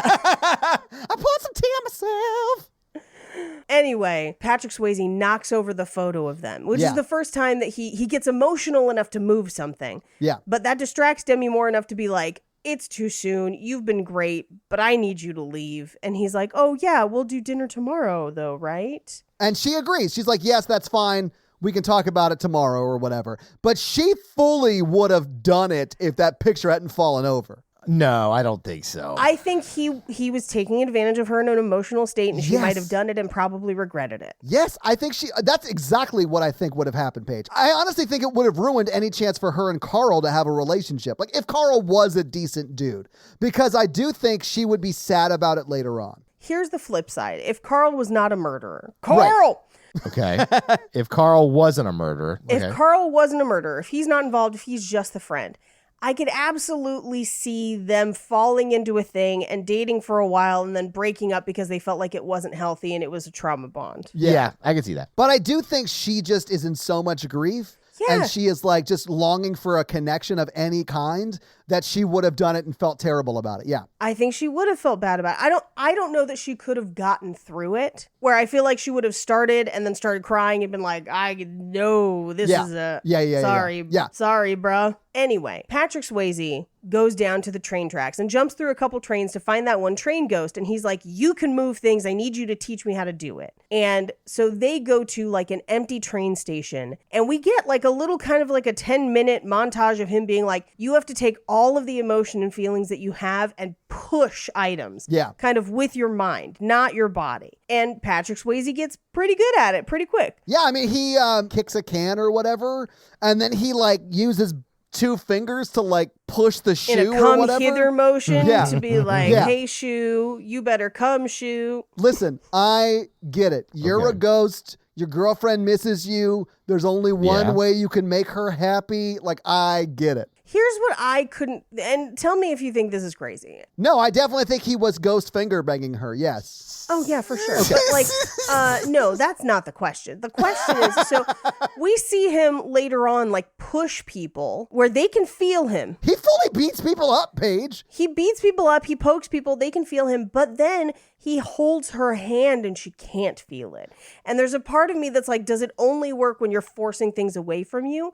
Or if he had had enough emotion behind it, could she have felt something when he held her hand? Oh, damn. So It's an actual movie question, not a dick question. I'm sorry. I definitely feel like there has to be some hate involved to be able to do it, because if he touches her and it's only about the amount of feeling you're feeling and he's not feeling enough for her to feel it, that is sad to me.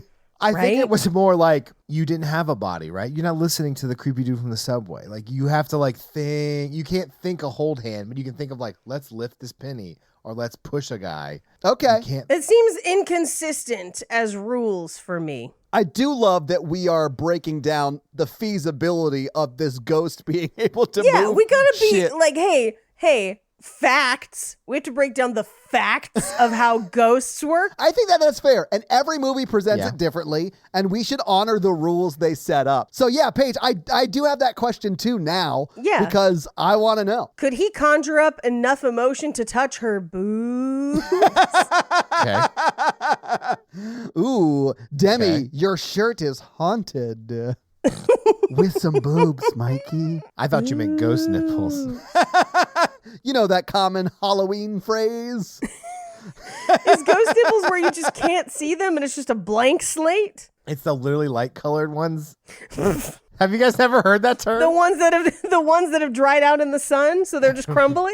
Ghost nipples is a real term about light colored nipples. No, that's not real. Please tell me it's not real. Y'all should Google that. That's a real term. Oh my God, there's a whole subreddit for it. I'm not going to this on my work computer. I'm on my podcast computer. I'll jump on this grenade for us. Oh, do I have ghost nipples? What is going on? People are bragging about their ghost nipples. I'm confused. Hey, everyone should love their body no matter the color of the nipple. All right? There also seems to be like a chasm of ghost nipple variation of like some of them are More ghosty than others. yeah. Some people's tits are more haunted than others. Holy I can see that. crap. I feel like we've all learned something new today. And I didn't, because obviously I'm a pervert.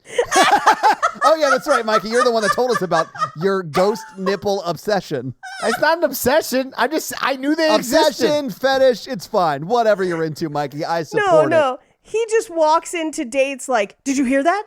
Ghosts, if you're here, speak to us. I'm going to have to ask you to lift your top up so we can commune with the dead. Ma'am, I'm feeling something. Honk, honk. Your ghost nipples have unfinished business.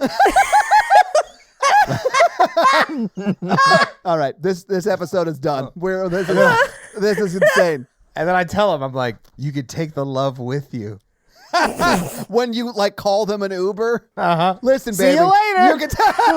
you can take the love with you. See you later. I had never thought about the need to classify my nipples as any sort of type of nipple. Paige, why would you? Paige, we are men. We have completely objectified and categorized every part of everything because it's an unhealthy dynamic. I didn't know don't this understand existed. you guys. I had no idea.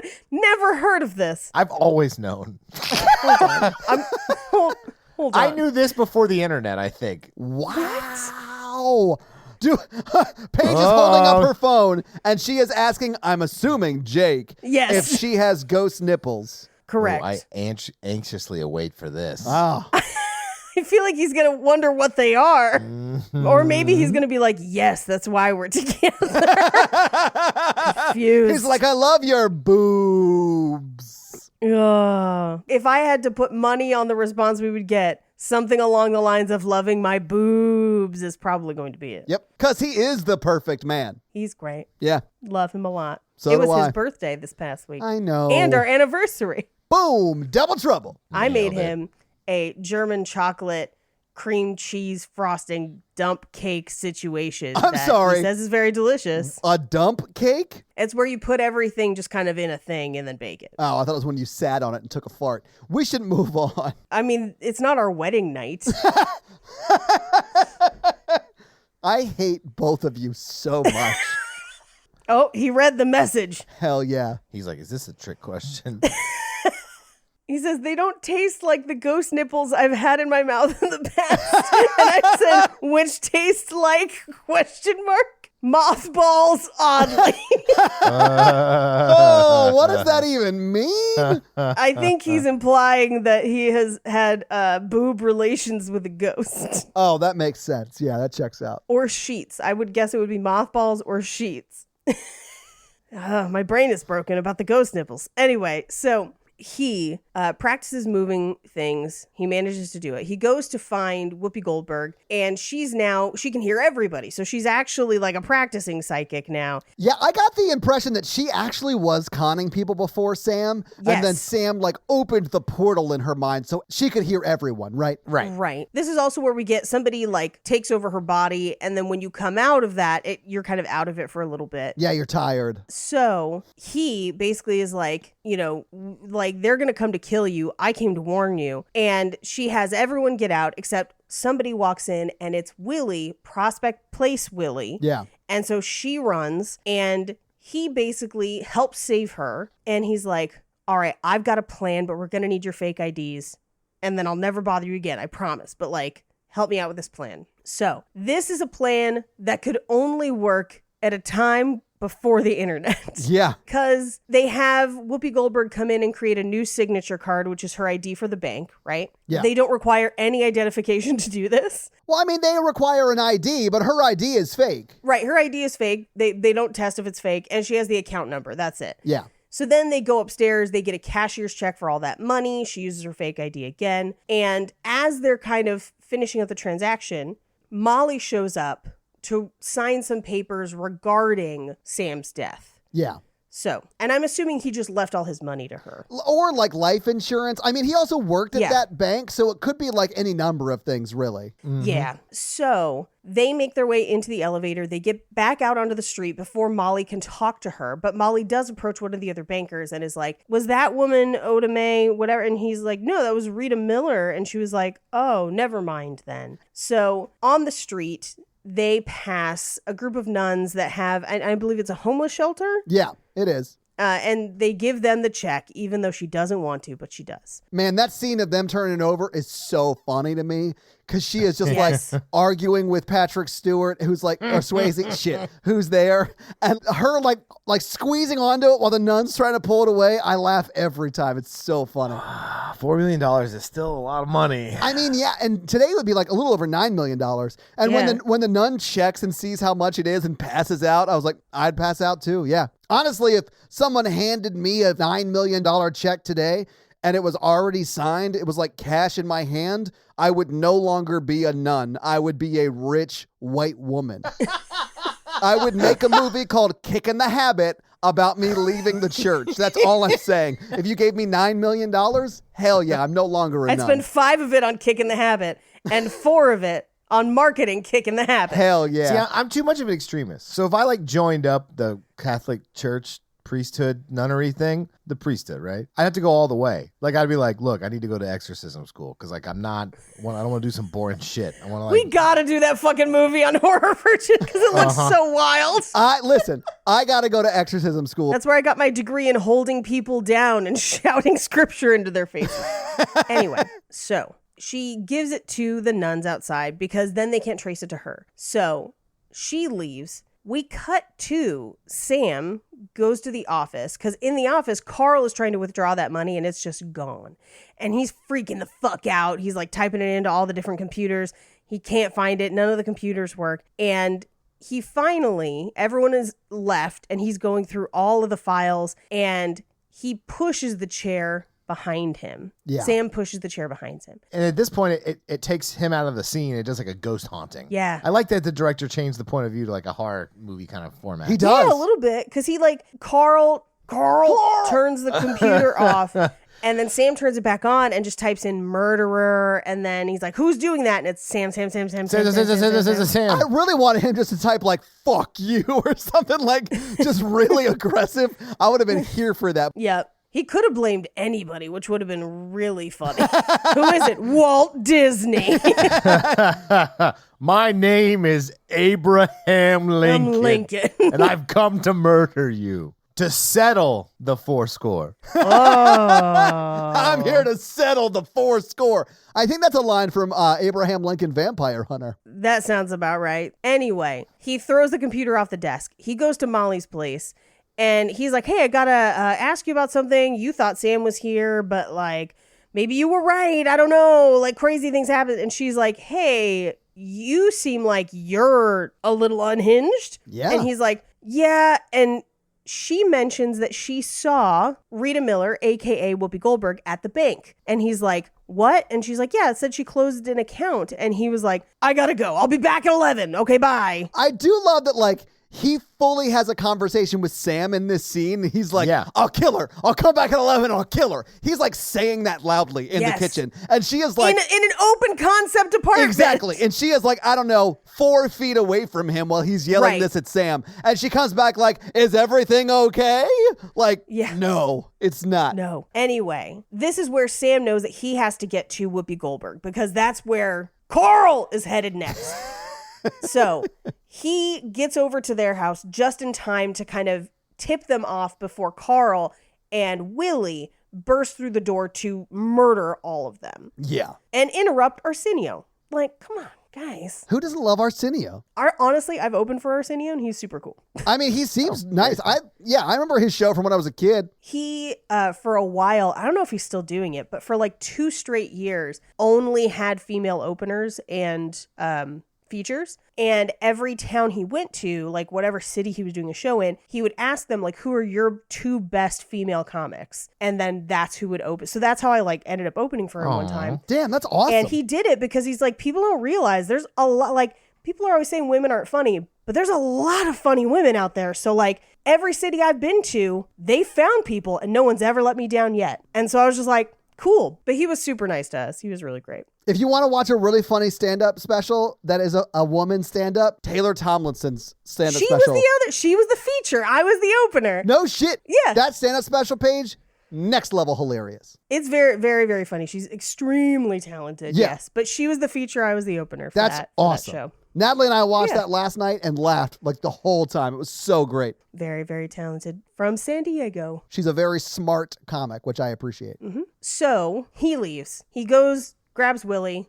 They go after Whoopi Goldberg, interrupts Arsenio. Whoopi Goldberg and her sisters get away by going into a different apartment. And thus begins Sam, like, ghost murdering Willie. I love it. By chasing him into the street. Because Carl and Willie run into Whoopi Goldberg's apartment, right? And they're like tossing the place. Right. And Willie's like, they must have just left. Let's check. And Carl's like, I'll go check other apartments. And he's like, cool, I'll look around the apartment. And we know because we can see Patrick Swayze, he like slams the door in Willie's face after Carl leaves and then rings the doorbell, which I found hilarious. That you see the doorbell slam in Willie's face and then you hear ding dong. And then like this insane ghost fight scene happens. Yep. I loved every second of it. Crazy. And he's like tossing the apartment. Yeah. He chases him down and Willie runs past Carl and Carl's just like, what is happening? And like follows him out into the streets where Willie runs in front of traffic and gets hit by a car, a bus, and then another car. Yeah. And he gets like banana squeezed. He goes out just like Brad Pitt does in Devil's Advocate or whatever that movie's called, where he gets like hit by 4 different cars. Not Devil's Advocate. That's Keanu Meet Reeves. Joe Black? What movie? It is Meet Joe Black, yeah. Yeah. But he, like Mikey described earlier, where he gets kind of banana peeled out. Yeah, I was like, oh no. And then it showed his body back in the cars, and I was like, oh, thank God. Yeah, well, when you squeeze a body, like he gets squeezed between 2 cars, your soul shoots out like a banana. Yeah. And makes this kind of sound. Which is the banana is your soul and your body is the peel, right? Yeah. So it squeezes you out, yeah. And if you're good, they make you into banana bread. And if you're bad, they throw you in the trash.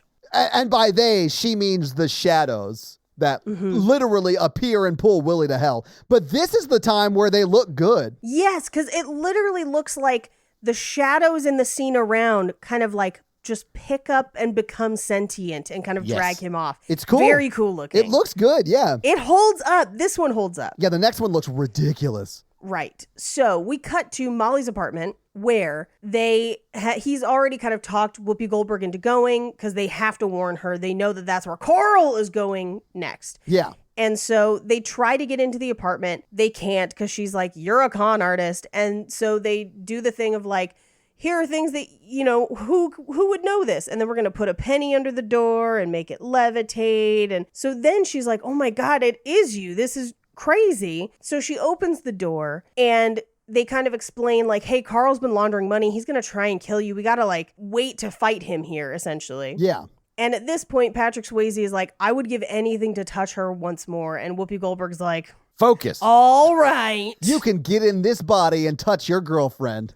Yeah, you can inhabit my body. And then the movie plays it as her and Patrick Swayze having this like romantic makeout moment. But you have to remember, it's Whoopi Goldberg that she's making out with. Like, there is a very odd dynamic happening. Is it a threesome? Kind of. I would say it's a 2.5-some. I would also be here for after this movie, her and Whoopi Goldberg being like, so like, what's your deal? What's up? Do you want to open a bookstore? And then becoming a couple and then them solving ghost crimes together. Like, how is this not Ghost 2? Yes. Yeah. But they don't do a lot of kissing. I thought the scene was weird. I was like, this scene's going to be bonkers. And it was not as bad as I remembered it. Well, it kind of reminds me of like Wonder Woman, the most recent Wonder Woman, where she's like using Chris Pine's body. Uh-huh. Yeah, but Whoopi Goldberg consented. Yeah, That is the significant difference between this movie that was set in 1990 and Wonder Woman that came out like a year and a half ago. And they only did it for like 2 minutes. Here's how creepy Wonder Woman is that there was consent in this scenario, and I'm still like, oh. Yeah, because there's none in Wonder Woman, and they straight up bone. Yeah. Isn't it like a different guy that she like puts Chris Pine in his body? Yeah. Yep. Complicated. It's not that complicated. Like, it's just something you wouldn't do. I say complicated in the sense of like someone had to think about that and write that down. Yeah. They did, in the law. So during this scene, like the build up to them, like, just like dancing and making out and sort of snuggling, I convinced Natalie, I was like, oh man, this scene's about to get really weird because she hadn't seen it yet. And she was like, wait, what happens? And I was like, her and Whoopi Goldberg have sex here. And she's like, what? And I was like, no, it happens. And because the lead up to it feels like they're going to do it, like they're going to have sex. Oh, you mean like the movie Big? Yes. Yeah, yeah, Mikey. that grown woman has sex with a 12-year-old 13-year-old, knowingly, yeah. in a man's body. I mean, at least everyone in this scene consents. But like, Right. I had her convinced they were about to have sex. Honestly, I think if they had not been interrupted by Carl at the door, maybe they would have. Yeah, there's no telling. No, who's to say? Anyway, they climb out the window onto the fire escape and up to the roof level, leaving Patrick Swayze in the apartment because he is devoid of ghost energy. Yeah, he's ghost tired. Yeah. He is in a ghost refractory period. It's Ghost Factory, period. Yeah, it's Ghost Factory, yeah. Yeah. So they climb out to the roof. When you go inside someone, Paige, it takes me about 15 minutes to be able to go inside someone again. I've never experienced this. It's different for women. Both times you see it done in this movie, it's both men who get ghost tired. Oh, right? no, people just can't wait to get back in there. Okay, you know what? Fair. I believe It's you. like if you go through a haunted house and then you come back out and you're like, can we go through again? And they're just like, I guess. Hell I'm just yeah. a teenager at a carnival. So anyway, they're running on the joists of one of the upper levels. Yeah. And Carl is below them trying to kind of like grab them. He does get Whoopi Goldberg down for a little bit and he's trying to he's about to shoot her, but he's like beating her up. And Sam tackles him off of her. Yeah. And allows them to kind of get away while he and Sam have a push fight. And he throws like a pulley, like one of the hooks for raising things up off the street. Yeah. And it breaks a window. But that broken window falls and like guillotines his chest. Yeah. It's a wild, dark death. Dude, and the blood spray is like, there's a lot of it, and it is It's gross. the worst part. It's the worst part Yeah. of all that. Yeah. So he pops up as a ghost and the Dementors come and take him. But this is the one with the weird jack-o'-lantern face that doesn't quite hold up as much. It's so great, but it looks just like a jack-o'-lantern. Yes. But at this point, once he gets taken away, now Patrick Stewart / Patrick Swayze has completed the task they have left on Earth. And so the Sailor Moon Light people go to call him up to the heavenly place. And this is where they have that conversation of like, I do love you. I always loved you. You get to take all that love with you. Okay, bye. See ya. Because she can hear him now. I think it's because Right. he is going into the light. Like, Right. God's just like, Okay, I'll let you have this one, Demi. and she can hear him and see him even. Right. That's fine, yeah. Yeah, I was fine with it. But this is where he's like slow walking it into heaven and turning around every 5 seconds to say something He's else. like, oh, I've been practicing this speech. But wait. See ya. Here's looking at you, kid. Like every like weird like tagline at the end of a movie he says on his way out. Yeet. That's what it would be if it was today. It's so much so that Whoopi Goldberg is like, they're waiting for you. You have to go Like now. that literally happens. Whoopi Goldberg's like, Yeah. listen, they're not going to wait forever. You've got to go. You've been saying goodbye for 35 minutes, Patrick. Right. Patrick Stewart is not going to wait this long while beaming you up. All right? Yeah. You've got to go, Patrick Swayze. You see how I worked him in? Yeah. Boom. Professional comedian. And That's the movie. movie. So having seen the movie, having talked about the movie, what did you guys think about Ghost? I really liked it. I like it as a movie. Jury's out on nipples. I will say this episode is bonkers and like very silly. It's like on the level of the movies we don't like and we're just like making fun of the whole time. I genuinely love this movie. I'll watch it again. I really enjoy it. It made me cry a lot. Same. I cry so much during this movie. It is very sweet. Like, I legit love this movie. Think it's great. But man, this was a fucking hilarious conversation. I love you guys so much. I knew it was going to be weird, but not this weird. Yeah, when Mikey brought up ghost nipples, I was like, oh, we're in a weird spot tonight. That is relevant. That is relevant. I did not sleep at all. Coffee lover. Kaufee. I also do again want to remind the audience that Mikey is running on like 4 minutes of sleep because he was being a legit hero last night. Like, Not really. so Paige, you have some fun facts for us? Yes. So hit us with your fun facts. Ghost Ghosty boo, fun facts. So there are a ton of fun facts for this movie because it is beloved. It's kind of like While You Were Sleeping, where there's just like a million fun facts because people have loved it for years. So I'm not going to get to all of them. If you are curious, definitely Google it. There's a million different lists. But some of the things that stood out to me. So Whoopi Goldberg was not who they had in mind for the role. Really? It was written completely differently, but Patrick Swayze really liked her. and advocated for them to give the role to her. And I don't think this movie works without her. Me So either. like Either. he had the absolute right instincts. Who are they going to cast? Wait, it was the 90s? Miss Cleo. Was it Miss Cleo? It was not Miss Cleo. I think it was supposed to be a white woman, kind of more of a hippie vibe.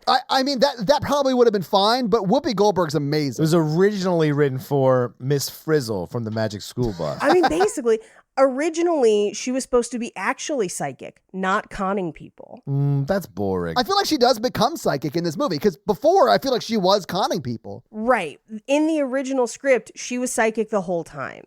Okay. And so that's something that kind of in early drafts of the script, especially once they had Whoopi on board, they changed because they thought it would be funnier if she wasn't and then becomes psychic. I think it is. So the sounds made by the Dark Shadows are the sounds of babies' cries played at extremely slow speeds in reverse. Oh, wow. That is, I mean, it was a creepy sound, but that's wild. Yeah. Mm-hmm. Patrick Swayze, before his untimely death, has said that the pottery scene was the sexiest thing he's ever done on film. Agree. Honestly, because I know he's done sex scenes and other stuff before. I've seen Dirty Dancing. But like, there is something about the connection in that scene where you're not seeing a lot. It's really focused on them and their faces and the experience.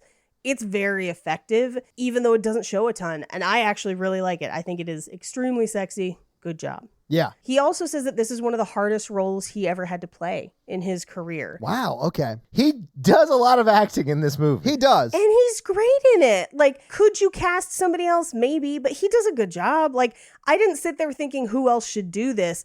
I sat there thinking like, yeah, this is him. Like, this is his role, basically. Yeah, it seemed like it was like dopey all-American dude gets murdered and like learns he has to revenge that, you know? It happens. Well, and the reason they chose him is because they saw an interview where he brought up his father who had passed at the time, and he actually cried in the interview.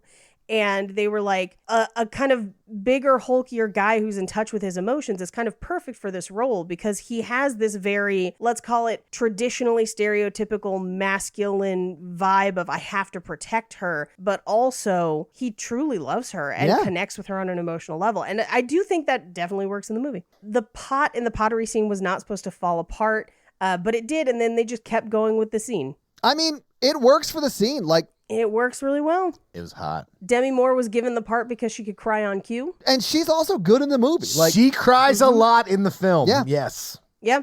And to be honest, she had been in other movies prior to this movie. So she was a well-known actress, but she wasn't super famous. But this movie turned her into the highest paid actress in Hollywood at the time. that does not surprise me. This movie does super well. We'll talk about it. Yeah. Natalie can also cry in command, which makes like, Arguing, deceiving. Yeah.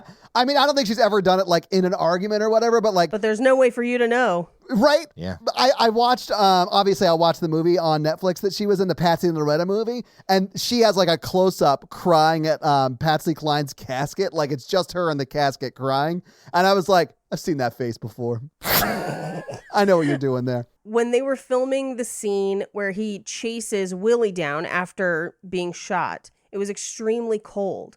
And they didn't want ghost Patrick Swayze to have visible breath on screen, so they made him chew ice. Oh, I mean, that does work, but that's wild. I bet he was freezing because he wasn't even wearing a jacket. Like, it's just him and the blouse and the pleated pants. Yeah. So Tony Goldwyn, who plays Carl, admitted in an interview to the AV Club in 2014 that one time he went to a restaurant and one of the waitresses didn't want to serve him and was just like glaring at him the whole time. And then she finally walked up and was like, wait a second, are you an actor? And he was like, yeah. And she's like, I'm so sorry. I knew that I hated you, but I couldn't remember why or where I hated you from because I couldn't place you. And then had to admit that like, he was like, yeah, I was in this movie. And she's like, oh, you're the bad guy in Ghosts. It was really funny to me. Well, he's been a bad guy in a lot of stuff. Yeah. So Patrick Swayze actively campaigned for this role. Kind of once they had the initial conversations about it and reached out to him, he dove in.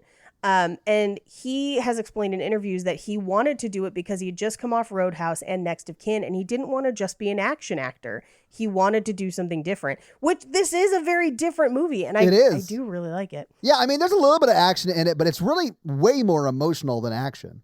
Yeah. When passing through solid objects, ghosts appear to absorb some of the material through which they're going. So this is the doors thing where he tries to go through the door and it kind of solidifies him for a second. And it was something that they had a lot of difficulty kind of grappling with on the movie. But Jerry Zucker, basically, as he was trying to explain what he wanted, he basically dipped a napkin into coffee and was like, I kind of want it to look like this. So that's why when you kind of, it does look like that. Yeah.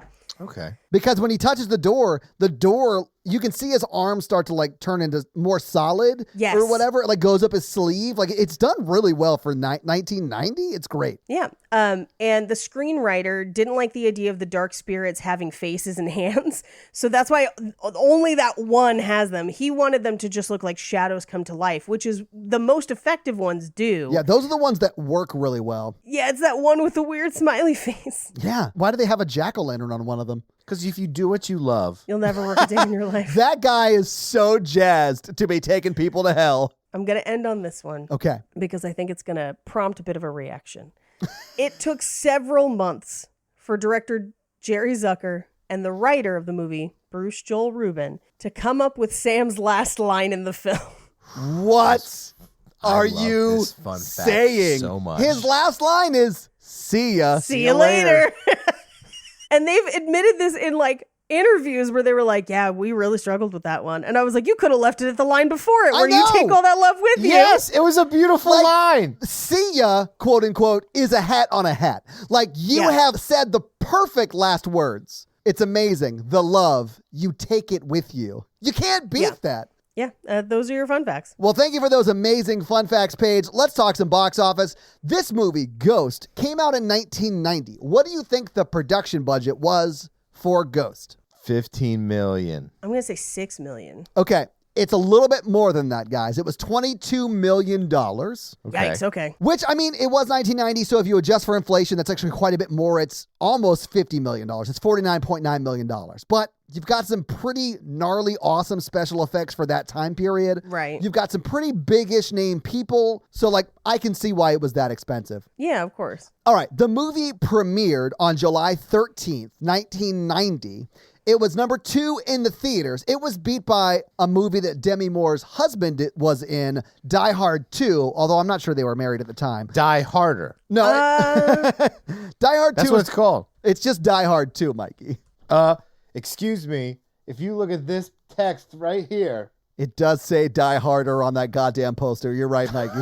And you know what? It does. I apologize. They got married in the late 1980s. Okay, so they were married at the time. So Ghost premiered in Die Hard 2, Die Harder. It was that movie's second week, and it still didn't beat it. So I bet there was like some friendly ribbing back at the house, mainly for her pleasure, about how his movie did better, right? Obviously, Ghost was number 2. Another movie featuring a short king, Days of Thunder, was number 3. Days of Thunder fucking slaps. Are you kidding me? Cole Trickle was a NASCAR god. A re-release of The Jungle Book was number 4, and then The Adventures of Ford Fairlane was number 5. That's a wild movie. Is it? Never heard of that. Me either. What do you think? It's Andrew Dice Clay. It's wild. It's not good. No, I'm sure it's terrible. What do you think Ghost made in its opening weekend? It was number 2. Yes, it was. I'm going to say $12 million. Okay. Paige, what do you think it made? I'm going to say 15. Paige, Die Hard didn't even make 15. It made It made 14.5. Ghost made $12.1 million in its opening weekend. It was then in theaters for a total of 25 weeks. It premiered in July. It was July 13th. It didn't leave theaters till December 28th. That was its last weekend in theaters. So what do you think it made domestically over its 25-week run? Oh, jeez.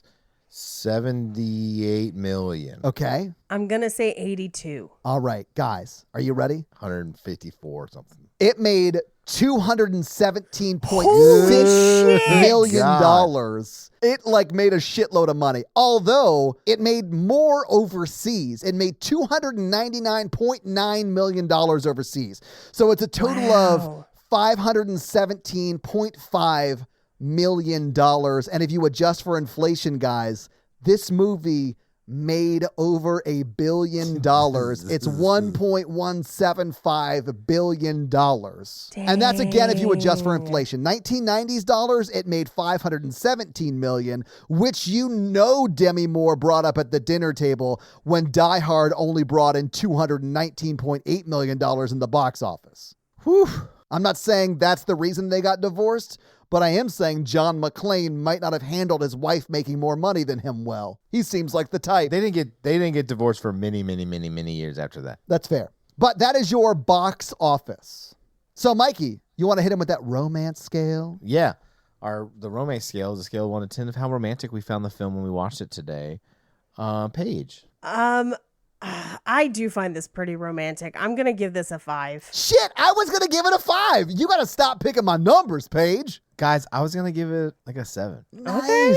That's acceptable. Oh, Mikey. I cried. I actually cried. And Mikey, you don't typically cry during these types of movies? ? I'm asking. I don't know. No, I do cry. I cry Okay. more in romantic stuff, but not on not usually. I do Okay. if they're good, but I was like, oh, this is good. I didn't think I was going to cry. And then when that light came up, I was like, God dang it. God damn it, you got me, Swayze. He's like, you take the love with you. It's real. And I'm like, oh my God. See ya. And then your tears just dry up like the Sahara. Yeah, I was like, oh, okay. And that's our romance scale. Awesome. So this week, Paige, you made us all watch Ghost, and honestly, thank you so much. Mikey, it's your turn next week. What are you making us watch for the last week of October? Well, I'm not going to piss everybody off again. So we will do Practical Magic. Thank God. We're not going to have to Yay. watch some terrible time loop movie where it's fully just a horror movie. That was such a scary movie. It was. It was terrible. I am excited to see Practical Magic. I have not seen it. It's been a while for me. I know my brother's a big fan because he commented in the Facebook group about it. Really? Yeah. I didn't even realize he was in the Facebook group. I wasn't either. And I was like, what's he talking about, Midnight Margaritas? Well, your homework for next week is to find out what Midnight Margaritas means while watching Sandra Bullock and Nicole Kidman in Practical Magic. Mm-hmm. So, Mikey, do you have a review for us to read? Well, while you're looking one up, I'll tell them how they can have their review read on the podcast, and that is to leave us a 5-star text review, and we'll have Mikey read it for you. So, Mikey, whose review are you going to do this week? Okay, Aaron Butters. Oh, what does Butters have to say? Oh. I call my new dog Butters because her name's Buttercup. You guys seriously had me at hello. Aw, I love that. A few months ago, I hadn't listened to a single podcast. Like, at all? Yeah, good for you. That's how I live my life. My sister showed me the app and downloaded her favorites. There's 4 apps, but that's okay. At least I know that. Horror Virgin was the first one I listened to and binged it. Loved it. Just joined Patreon. Oh, wow. Thank you very much. And needed more of you guys and started romancing the pod. I don't even like romantic comedies, but I love you guys, all capped. I can't even listen to any other podcast because the chemistry is not the same. I listen all day at work and laugh my ass off. Ooh, she cursed. You guys are great.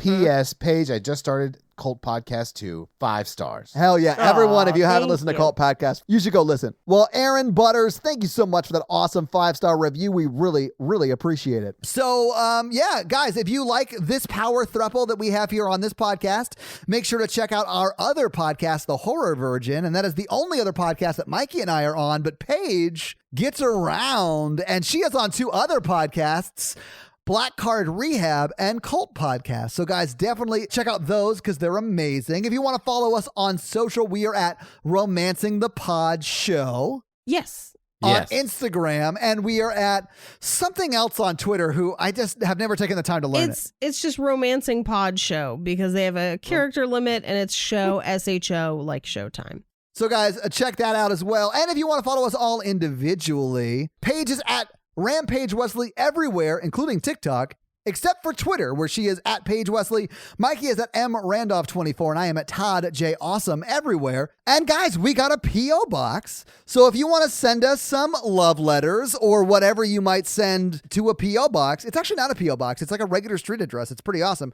It's 6688 Nolensville Road, number 108-34, Brentwood, Tennessee 37027. So send us some stuff. Yeah. Yep, that's going to be it for us, you guys. I'm Paige. I'm Mikey. And I'm Todd. And you complete us.